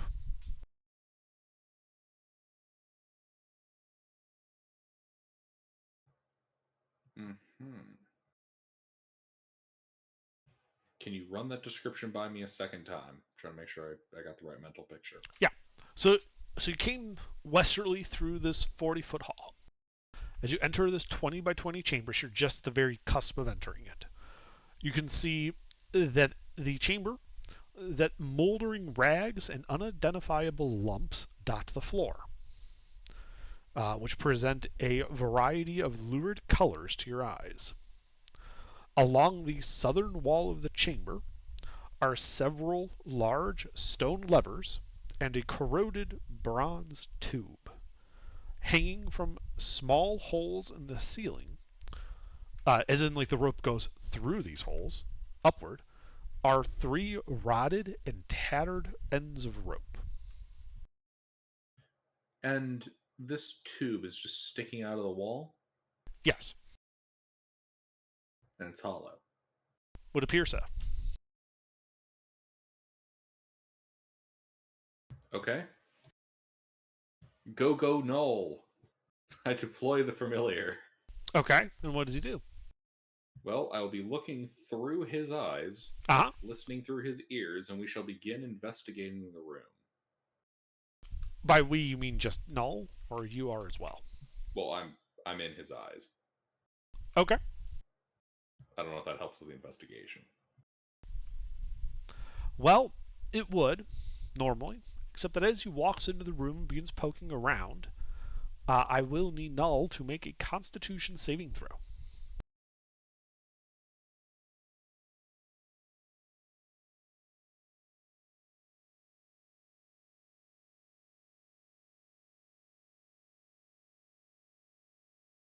Okay. So Null is kind of walking around and coughs and then keels over dead, disappearing. No. All right. I performed the ritual to summon him back. Okay. You do so. All right. Let's see here. Gonna have to get creative. So.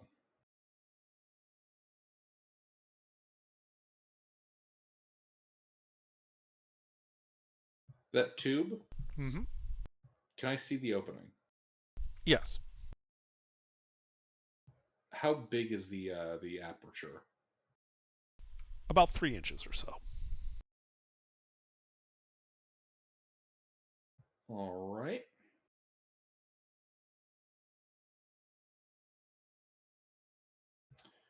What I'll do then.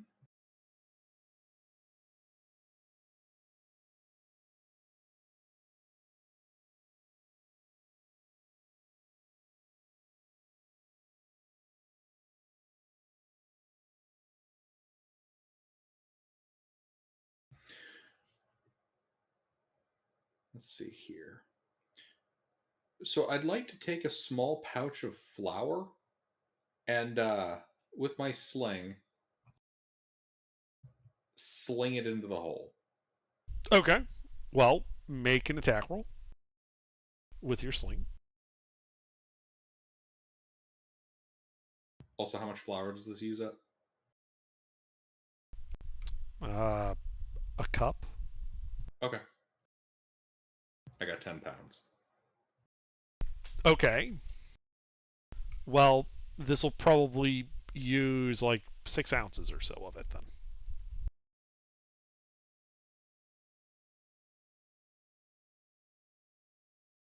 23. All right. Yeah, your packet hits the bronze tube. There's a cling as it like bursts, spraying flour. There's now some white powder all over the bronze. I meant I was trying to get the pouch of flour into the hole. Right, yeah, it went into the hole. There was a kung, and a little puff of flour came out backwards. Oh, okay. So it's not like the thing exploded. Okay. Yeah, you hit it. Okay. Misunderstanding there. All right. How's that flour look like it's drifting around the tube? It's just slowly drifting to the ground. Hmm. Or to the bottom of the tube, depending on where it is. Hey, Twidget, you have a burning arrow, yeah? I mean, I can make one. Could you? Yeah. Just do me a It might favor. take some moment. Yeah, fire it across the chamber, but don't hit any of those mounds of rags. So what do you want me to hit? The back wall. Okay. I shoot the back wall with a flaming arrow. Okay. Well, I assume you're accurate enough to hit the broadside of a barn. So we'll forego the attack roll. I mean, I kind of want to just to see in the odd case I get a double nat one. I keep hitting my caps lock button. Now we're good. Fucking XCOM turns, shoots a party member. just does like a 180, pop squash in the head. All right. Your flaming arrow hits the wall. The wall bursts into flames, which begin to rapidly spread to the ceiling, the other walls, and the floor, and begin creeping along them as well. What do you guys do? I will be casting a spell. Okay. What spell is that? I'm scrolling down to it to get you the exact details. What's the name? Oh, it's going to be Gust of Wind. Really?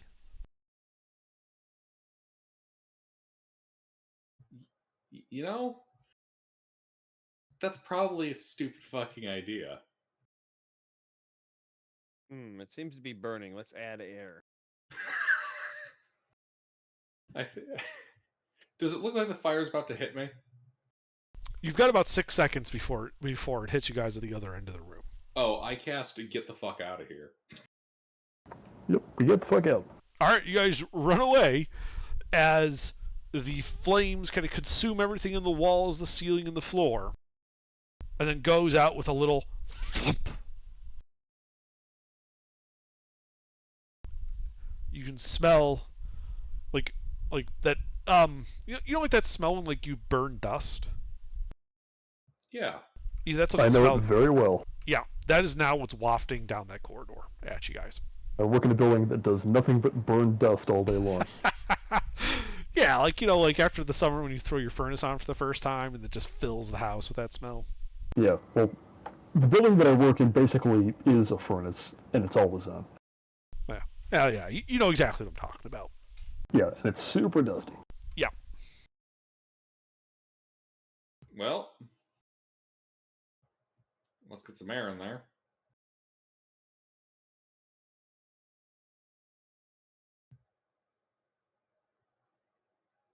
I blast it with the air. Your gust of winding? Yeah. Okay. So you throw a gust of wind down this corridor from the end of it into that room. There's a bit of a swirl, and then just kind of a puff as just all the dust starts being blown out into the room with you.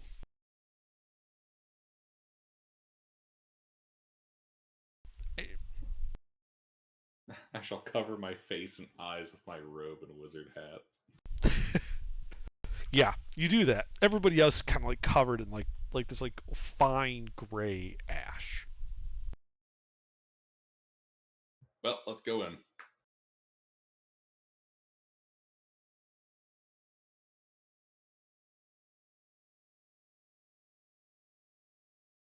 All right, we go in. Yeah, so just to kind of give you guys an idea of what you just did. Take a little bit of a tall glass. Put like a tablespoon of flour in the bottom. Shake it up a little bit so it's nice and even, and then getting the nice deep held breath and just hold it up in front of your face and just blow into it as fast and as hard as you can. That's what she just did with gust of wind. Wow. Yep. Deeply unpleasant. The glass, however, will be rather clean inside. Your face won't be.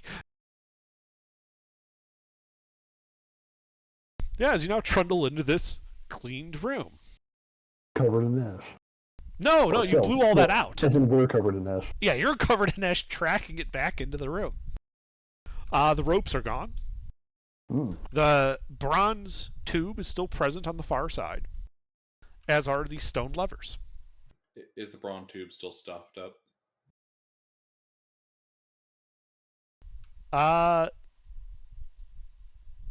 going to go with no. I'm going to say that the gust of wind probably knocked all that out as well. I stuff it up. Okay.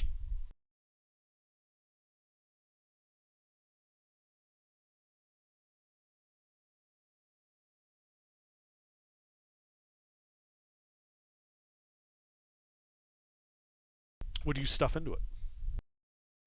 Pouch of flour. Okay. You stuff a pouch of flour in there. You never know when stuffing a pouch of flour in something's gonna be handy. I suppose not. It's always handy to have that useless adventuring shit. You never know when to come up. We just start pulling on one of the levers. Furthest left. Okay. So there are 5 levers. You go to the farthest left one. Yep. Okay. Just so you know, at the beginning, they are up, up, down, down, up. Okay. And then you go to the farthest left one and you pull it.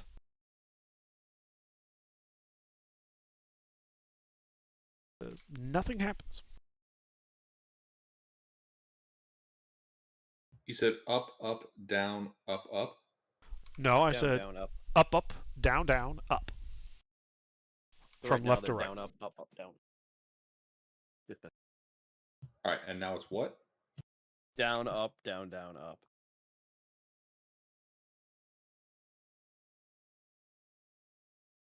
All right. I pull the second one down. Okay, you pull the second one down. There's no apparent effect. I go to the far right, pull that one down. All right, they're now all down, and there is still no apparent effect. Here, I know what to do with this. Move over. I mean, they're all over the place. Well, there's only 5 of them, right? Yes. I thought they were all, like, in one spot. They're along a wall. Oh. Well, I cycled through every possible combination. There's only 5 of them, so it shouldn't take that long.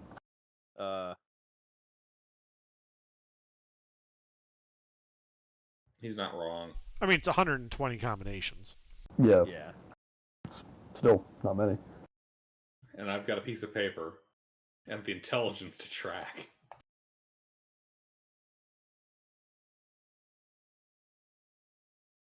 Well, that's what I Alright. was doing, but I was gonna talk all the way through it.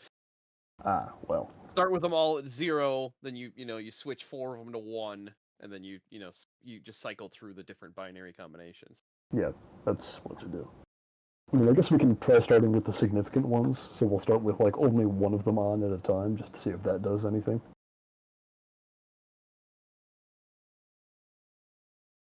So Okay. 1 up, 2 through 5 down, and then 2 up, then 3 up, then 4 up. Yeah. All right, you start doing that. When you move only the third one to be up, Mm. you hear a clunk above you. See, that's why I did it that way. That's As a 2-foot section of burnt rope falls out of the ceiling, one of the ceiling holes. That opened one of the ceiling holes. No, like before there were 3 ends of rope sticking through 3 holes in the ceiling. Mm. The fire kind of dealt with that. When you do the third one, there's a clunk, and out of one of the holes, a 2-foot length of rope falls. Both ends kind of singed a bit. When you say falls, do you mean like it... Like it's now on the floor. Okay. And what's up through that hole? When you look, you don't see anything. Okay. Like, do you have dark vision? No. Yeah, so it's dark up there. Alright. I lower it and raise it again. Okay, you lower it and raise it again. When you raise it back up, you again hear a clunk. This time there is no free rope. Okay. Then I'll move on and do the same with 4 and 5. Okay, nothing happens with those levers. Okay. So one of these... When I do this in other combinations, does flipping the third lever make that clunk happen again? Yes, every time you move that lever from down to up, you hear a clunk in the ceiling. Okay, so that tells me these levers might not have any, combinative effect. I think each one might do something specific, and whatever the others do is just not near here, or not obvious to us.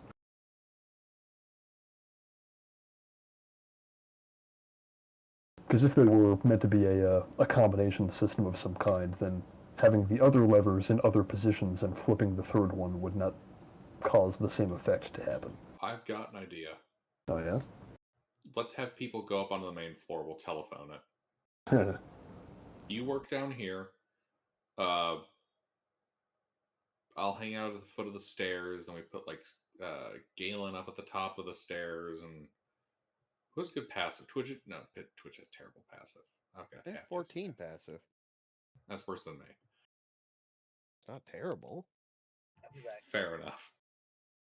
We'll stick you up. I might have dumped wisdom, but I am an expertise in perception. All right. So yeah, we'll stick some people up on the top floor to listen for stuff changing. Okay, you spread your team around, isolating everybody. Yep. And now with the party isolated, I cast Tasha's Hideous Laughter on Squash. And then begin murdering the party. As one does. only to get killed by Twitch. No, seriously. So what are you guys doing? Apparently flipping all the levers one by one with us spread out to see if we can hear different noises in different parts of the dungeon. Okay. Yep. So you spend another hour communicating about the levers, flipping them one by one. None of you hear anything elsewhere in the dungeon.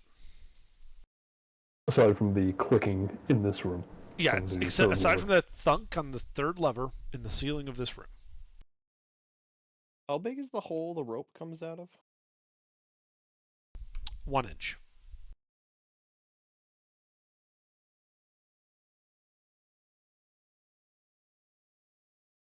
Ooh. I turn Null into a rat. Okay.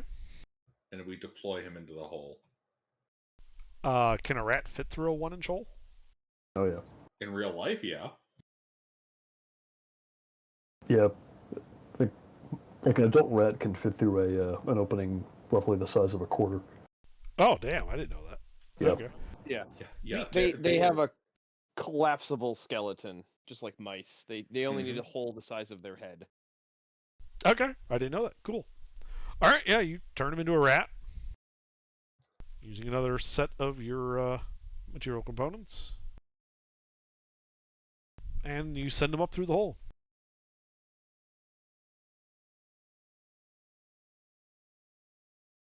By the way, which position is the lever in when you send him up there? Probably up.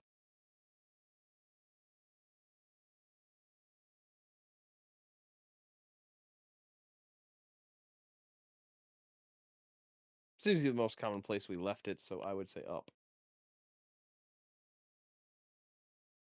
Yeah. What do we see through his little beady eyes? Okay. Well, he goes up through about a foot long. This tube is about a foot long. He comes up into a small chamber. You're looking through his eyes? Mm-hmm. All right. And you see above this hole a brass wheel with a groove instead of like a tire. Mm-hmm. A groove like a tire? What do you mean by that? No, instead of a tire, Like a pulley. like a pulley. There's a groove in the middle. Oh, It's a I brass got you. pulley. You're talking about like a flywheel? No, I'm talking about like a pulley wheel. Okay. Twidget, do you carry a copious amount of string? Widget pulls out 500 feet of string. Excellent. Let's get that string to Null. We can have him feed the string through here and see how it will function. Do you want the rest of the description of that chamber? Oh, yes. So, yeah, these three holes come up into this small chamber. There's this brass wheel here. You see on the ground next to this wheel what appears to be a lever arm with another chunk of brass that would like fit inside of the spokes of the wheel.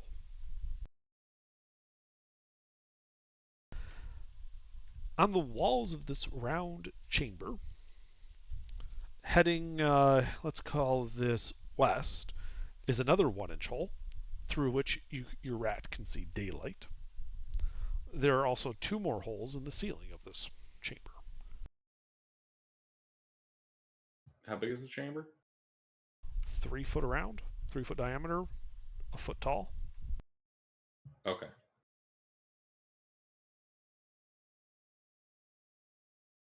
I'll follow the daylight really quick. Okay.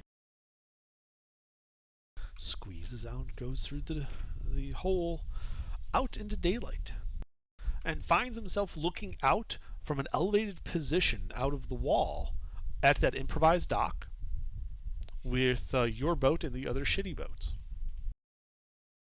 standing above those like broken feet statues. Hmm. Which way is the pulley face? What do you mean? Is it perpendicular or parallel to the hole that goes to the exterior?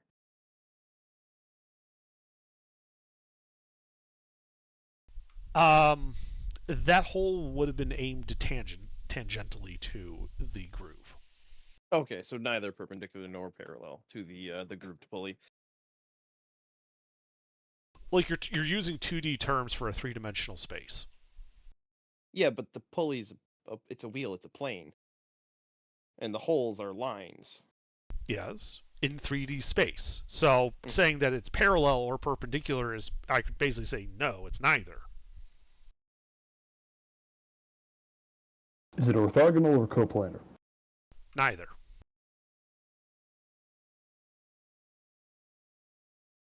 Okay, so it's just not lined up in any sense. Not really. No, it's at an angle. Yeah.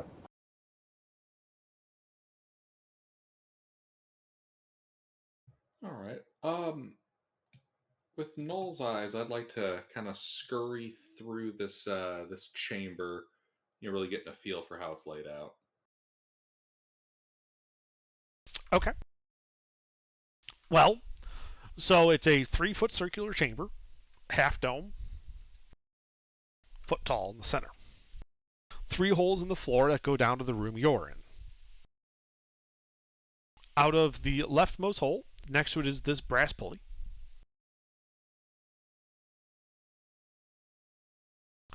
Which looks like it would have, if you were to take a rope and go across it, would redirect it to one of the holes in the ceiling.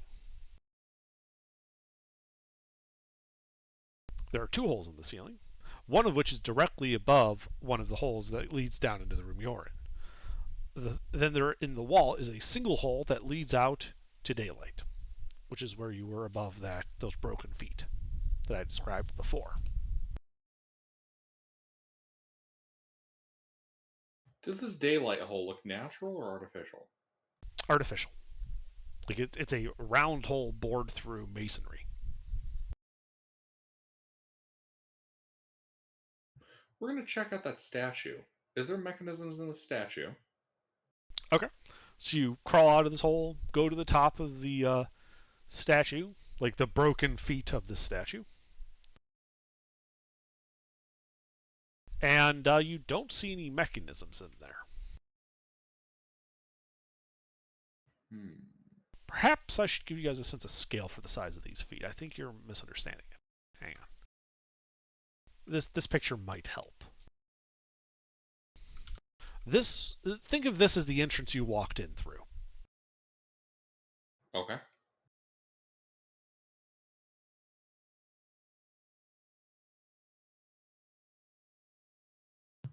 I'm digging the artwork for this island.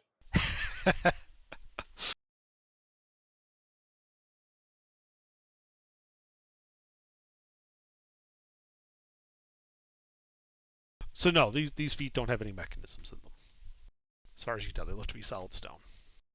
Okay.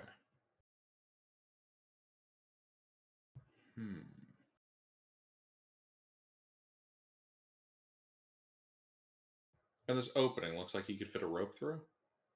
Yes. Twidget, could you pass Null the string?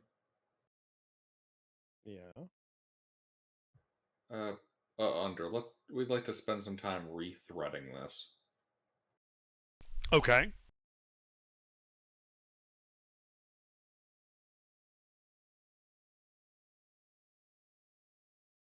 And then once we've kind of rethreaded it, running the machine, see what we get. I don't think you're quite understanding. So you're using the string. So you're running the string from this outside area through the hole, and then down through the other hole to the room you're in. No. So you know the wheel that has a groove that yeah, the pulley probably had something wrap around it. Yeah, the pulley. We're gonna wrap it over the pulley. Okay. We're kind of using the string here, so when we start flipping the levers and we have an inside view inside of here, we can see how that string is moving and try to figure out how we can thread the string to the various components. Okay. I am attempting to reverse engineer a trap or part of the dungeon or whatever. Sure.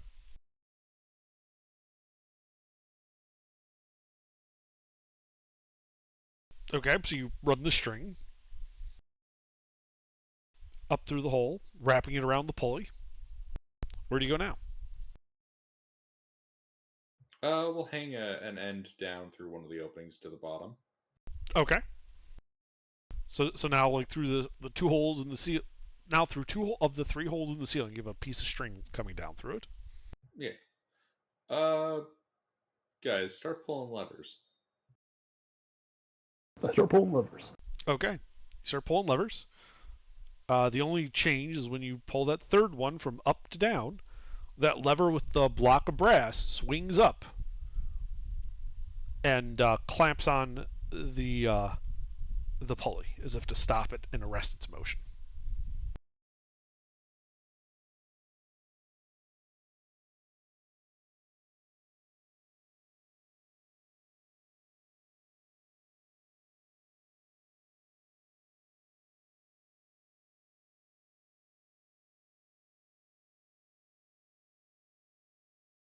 But the other switch is absolutely no motion is done inside the chamber. Correct.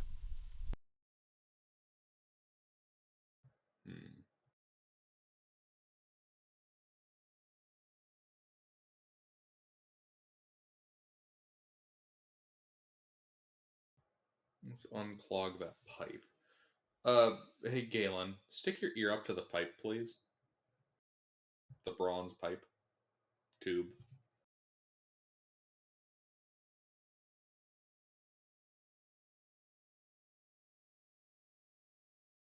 Galen. I just imagine Galen just standing there looking at you with his blank face, like, Mister. What? I need you to put your ear up to the bronze tube. I need you to tell me if you hear anything. What? Just do it. No. Why? Because we're trying to reverse engineer this thing. Oh, yeah, well, put your own ear up to it. I ain't putting my ear up I to it. can't put my ear up to it. I'm using my familiar's eyes and ears. She's not gonna make me just put my ear up to some random thing. No. Nothing bad's gonna happen to you. Famous last words, motherfucker. What? You'll be fine. Fine. If I There we die, go. I'm going to haunt you. Okay. Start flipping levers. Yeah. Okay. Well, Galen, why don't you go ahead and give me a perception check as they start flipping lever. All right. Perception. Mm-hmm.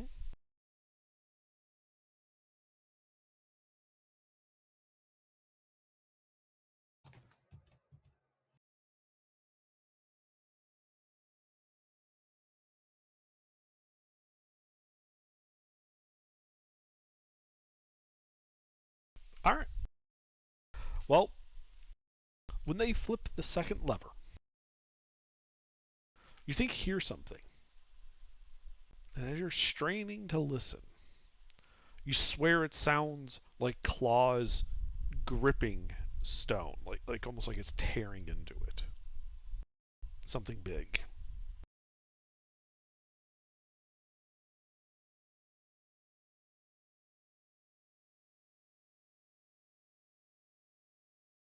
Then they flip the lever again, and you lose it.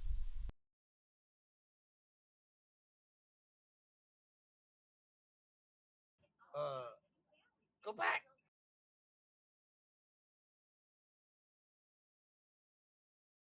Well, make another perception check then, as they flip the lever back up.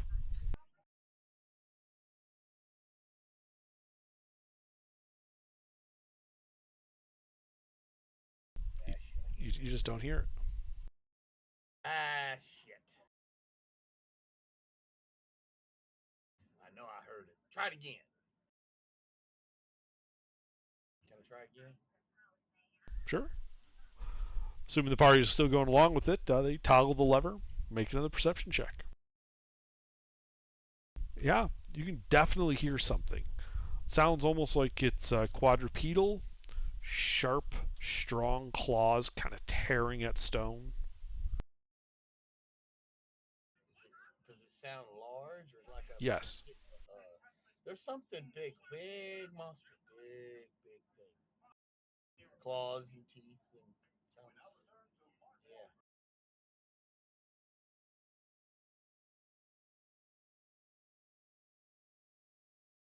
Yeah. Yeah, you can just hear it almost like it's either like just like pacing or something. But yeah, you can just hear like occasionally like just like the crunch of stone as the claws just kind of tear at it. Does it sound like it's getting close? No, no, the distance doesn't change. It's almost like you're spying on something, just with audio only. Okay, so I tell the party what I heard.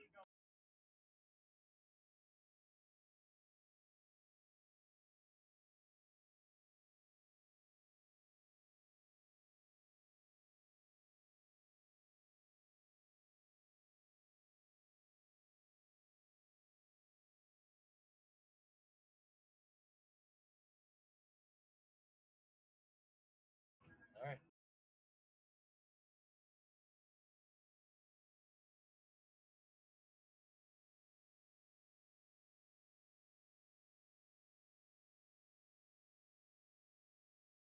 So what do you guys do now?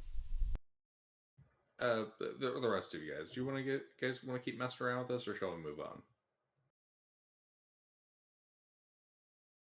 I say we move on. I don't know what we're doing with this thing. All right, we move on. Okay.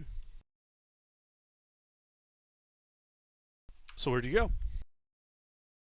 What do you do? Head down the stairs. All right.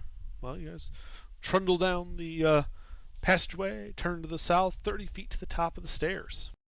And there you can see that the stairs go 20 feet downward. And at the base of the stairs, the corridor ends abruptly in a crude wall composing of ill-fitting stones lacking mortar.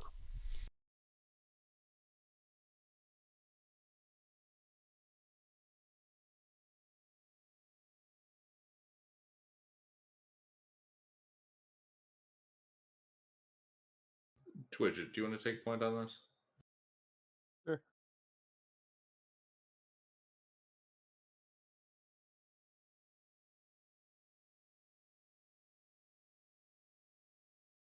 So what are you doing? Heading down the stairs. Okay, you head down the stairs. At the base of the stairway, crude wall. Dead end. Head back up the stairs. Yeah, that's where the party is. I shrug and say there's nothing down there. Just dead end. I mean, you can see that duodecus. You're at the top of the stairs. It's 20 feet away. I head down there and investigate. Sure, make an investigation check. Guys, can I get the shit from you? Yep. Yeah.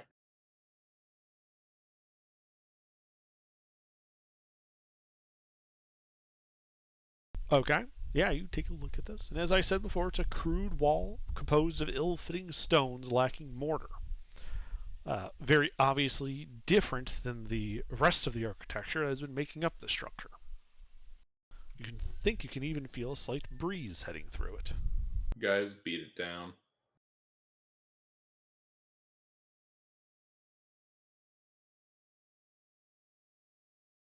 We beat it down. Okay, well, somebody give me a strength athletics check then. That'll be me. So can I beat it down with my crowbar? It would give you advantage on it. That's what I was asking.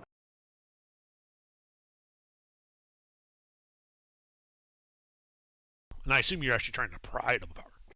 No, excuse me. Yeah. Trying to pry it down, not literally hitting it Gordon Freeman style with your crowbar. Mm-hmm. The funniest part is Gordon hits it with like the front of the crowbar for some reason.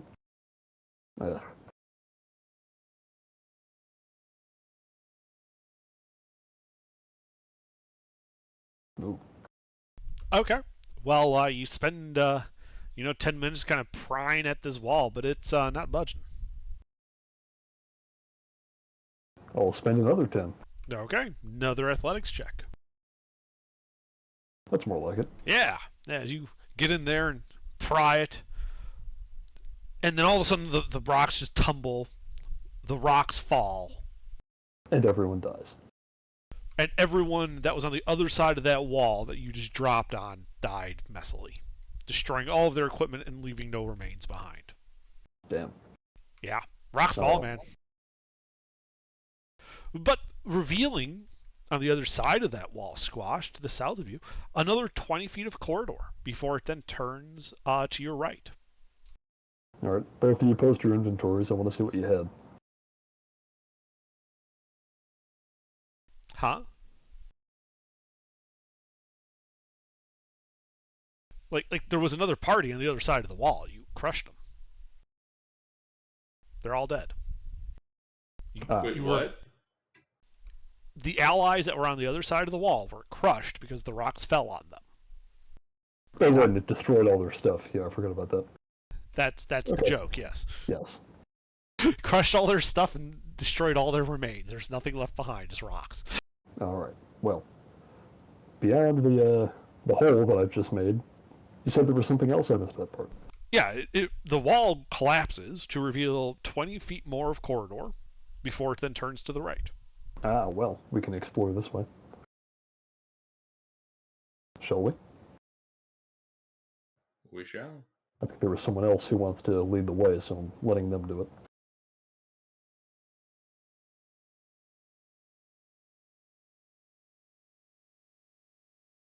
Twitch it. Yep.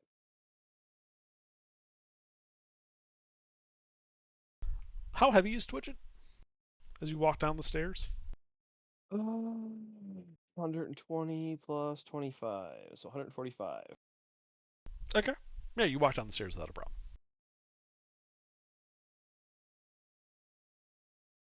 You get to the corner, and it looks like it goes, after it turns to the right, it goes another 40 feet and then turns to the left. All right. Well, I'll head to the corner and look left. Okay. As you walk to that corner, about 20 feet down the hall, suddenly the floor gives way under you. And I need you to make a dexterity saving throw. Well, that's nice of give way. I like having right of way.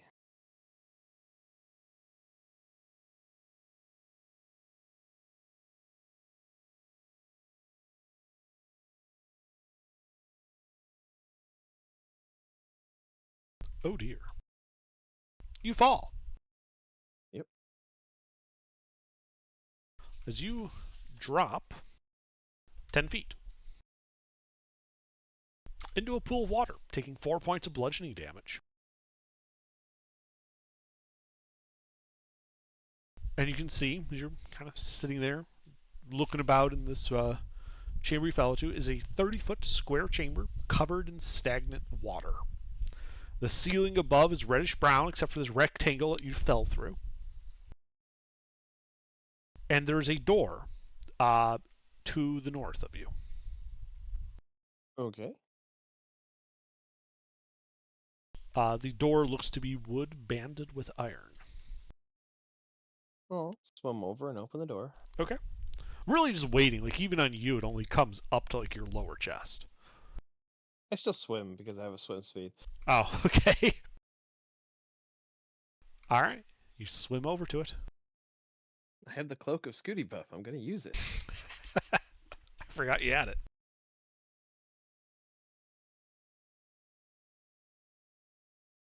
You're opening the door? Yep. All right. It is stuck. It doesn't open. All right. Like you can like move the mechanism on the door freely. It's not locked. It's just that when you push on it, it doesn't move. And as you're looking at it, you can see the wood is very clearly swollen from the water. All right. Well, then I'll put a crowbar in and try forcing it open. All right. Athletics check then.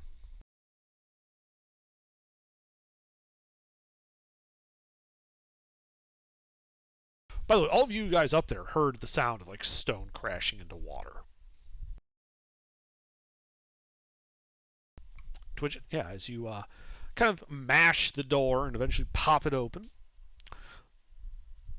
revealing a 10-foot wide hall leading straight ahead, about 30 feet to what looks to be a T intersection, stone wall.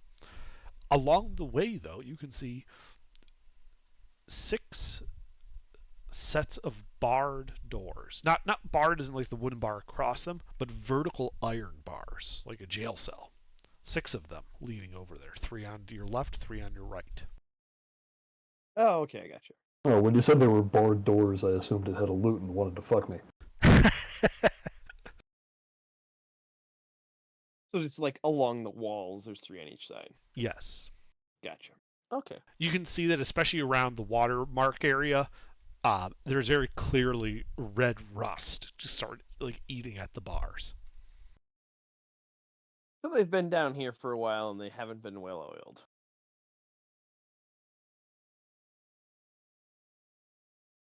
Okay.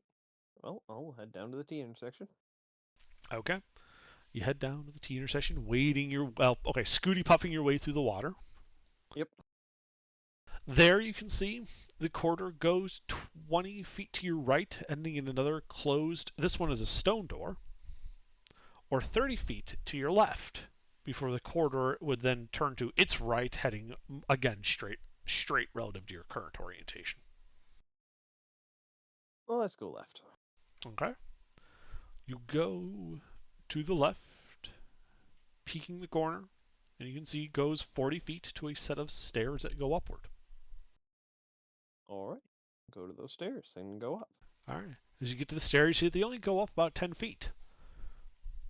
And as you kind of ascend to the stairs, you see that the top section is a corridor, goes 20 feet, and then another set of stairs going down 10 feet to more flooded hallway. And nothing else, just the stairs on the other side. As far as you can tell. All right. Well, turn around, head back.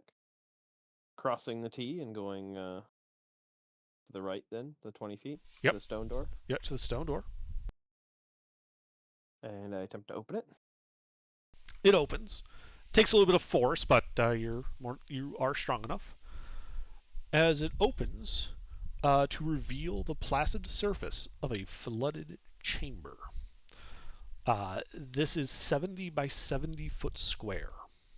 On the far side, you can see a 20-foot section of what must have once been a grand staircase now lead to ruin. Large chunks of stone as it appears to have collapsed.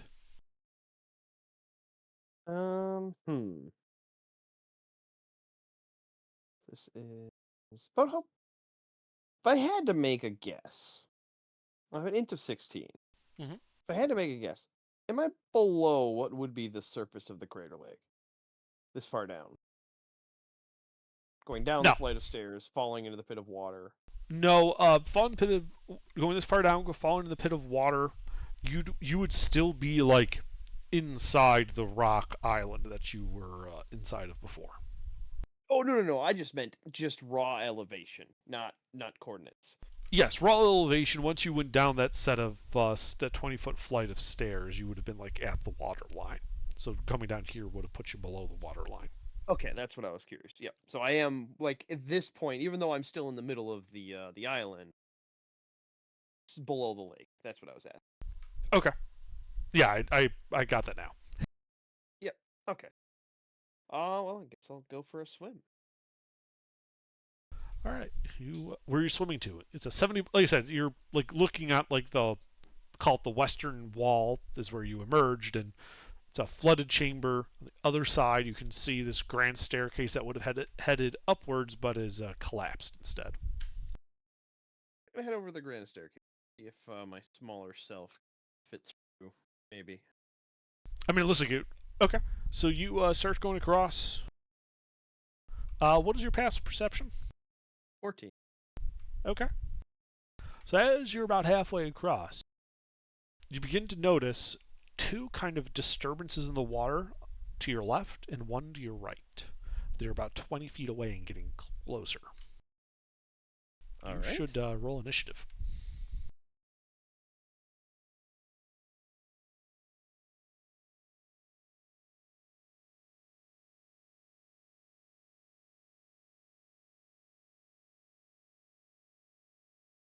This is gonna be funny. It only twitched really. You guys didn't say anything, so you're probably still up there in the main area, way out. Yeah, probably. If we can't hear what's going on. Now you wouldn't be able to hear this. Yep. All right. Well, Twidget, what do you do? I'll say if anything, they're standing over the hole. Like, okay, where is he? Hmm. You just Well- stare and occasionally kick down a rock. How far does 180 feet get me? Well, you are 10, 20, 30, about 40 feet from the open stone door that you came into this chamber with. We'll go there. Okay. Then I'll pull the door shut. Okay. Pull the door I'll shut. Push the door shut. Yep. Yep. In this case, you would like go to the other side and just push it shut. Is there any barring mechanism on the door? No. Okay. Well, then I would like to hammer a pite into the crack. Okay.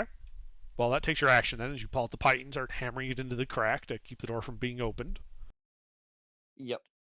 And then I will swim the, well, let's see, 40 to get to the door and through it. So then I would still have 80 swim speed Okay. to scooty puff my way away from whatever the fuck that was. So 80 would be just enough to get you below the hole where you fell down into this area if you're going to that southern room past the jail cells. Yep, that would be where I was going. Okay.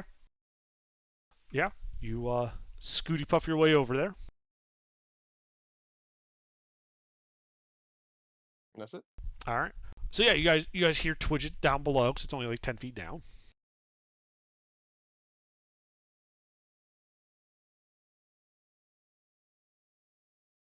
Money. You hear a thud off in the distance, Twidget. Somebody throw me some rope.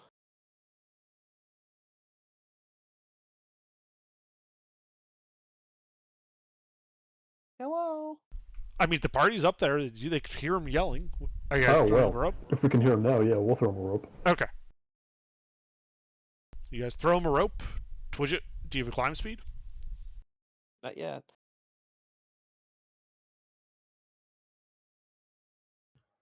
I Sorry. almost said yes, you do, and then I remember, wait, no. Tonight Well, is That's Sinclair that Saturday. has all of the movement except Alright. for flying. Well, as you ascend the rope to get back up to the hallway where this collapsed Well, actually, it's only floor had you led said 10 to. feet, right? So yeah, I only need 12 feet to get up there. Yeah, so you can easily do that. You can see what appears to be a gigantic 8-foot diameter crab having entered the hallway that you had blocked off.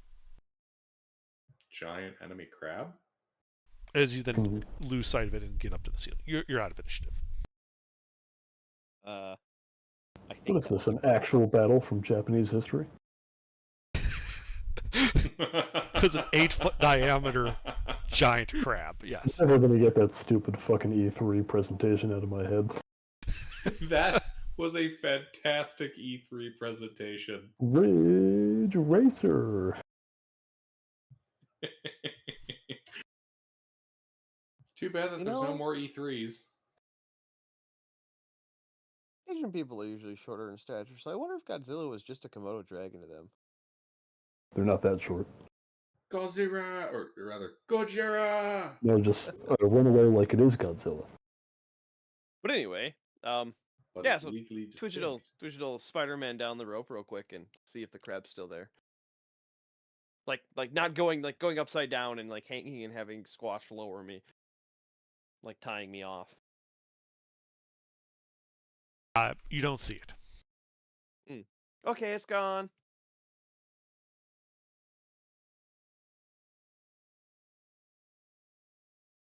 There was a really, really big room. It was like 200 feet across, and then there was crabs, and they chased me. Wow. You sound like you bit your lip or your tongue. It was scary. Mm. It was scaly? I thought it was a crab. Yes. I know what's going through the party's mind right now. Do you? Well, I imagine it's something similar to this. Like, that sounds like that'd be good eating. Yeah, there is that. I mean, I have Fireball. Yeah, Does- but it's wet d- down there. Does anyone here have culinary tools? I have cook's utensils. I'm not good with them. Oh. Well, no point. Last thing we want is bad crab. You definitely don't want a bad case of the crabs. It's the worst. Well, first you gotta roll a D100 to find out if you're allergic.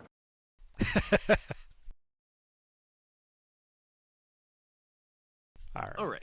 Well, as you guys So are we don't want to go that standing way. in that hallway, looking down into this open hole, 30 feet across, to a watery area down below, I think that's where we'll call it for this evening.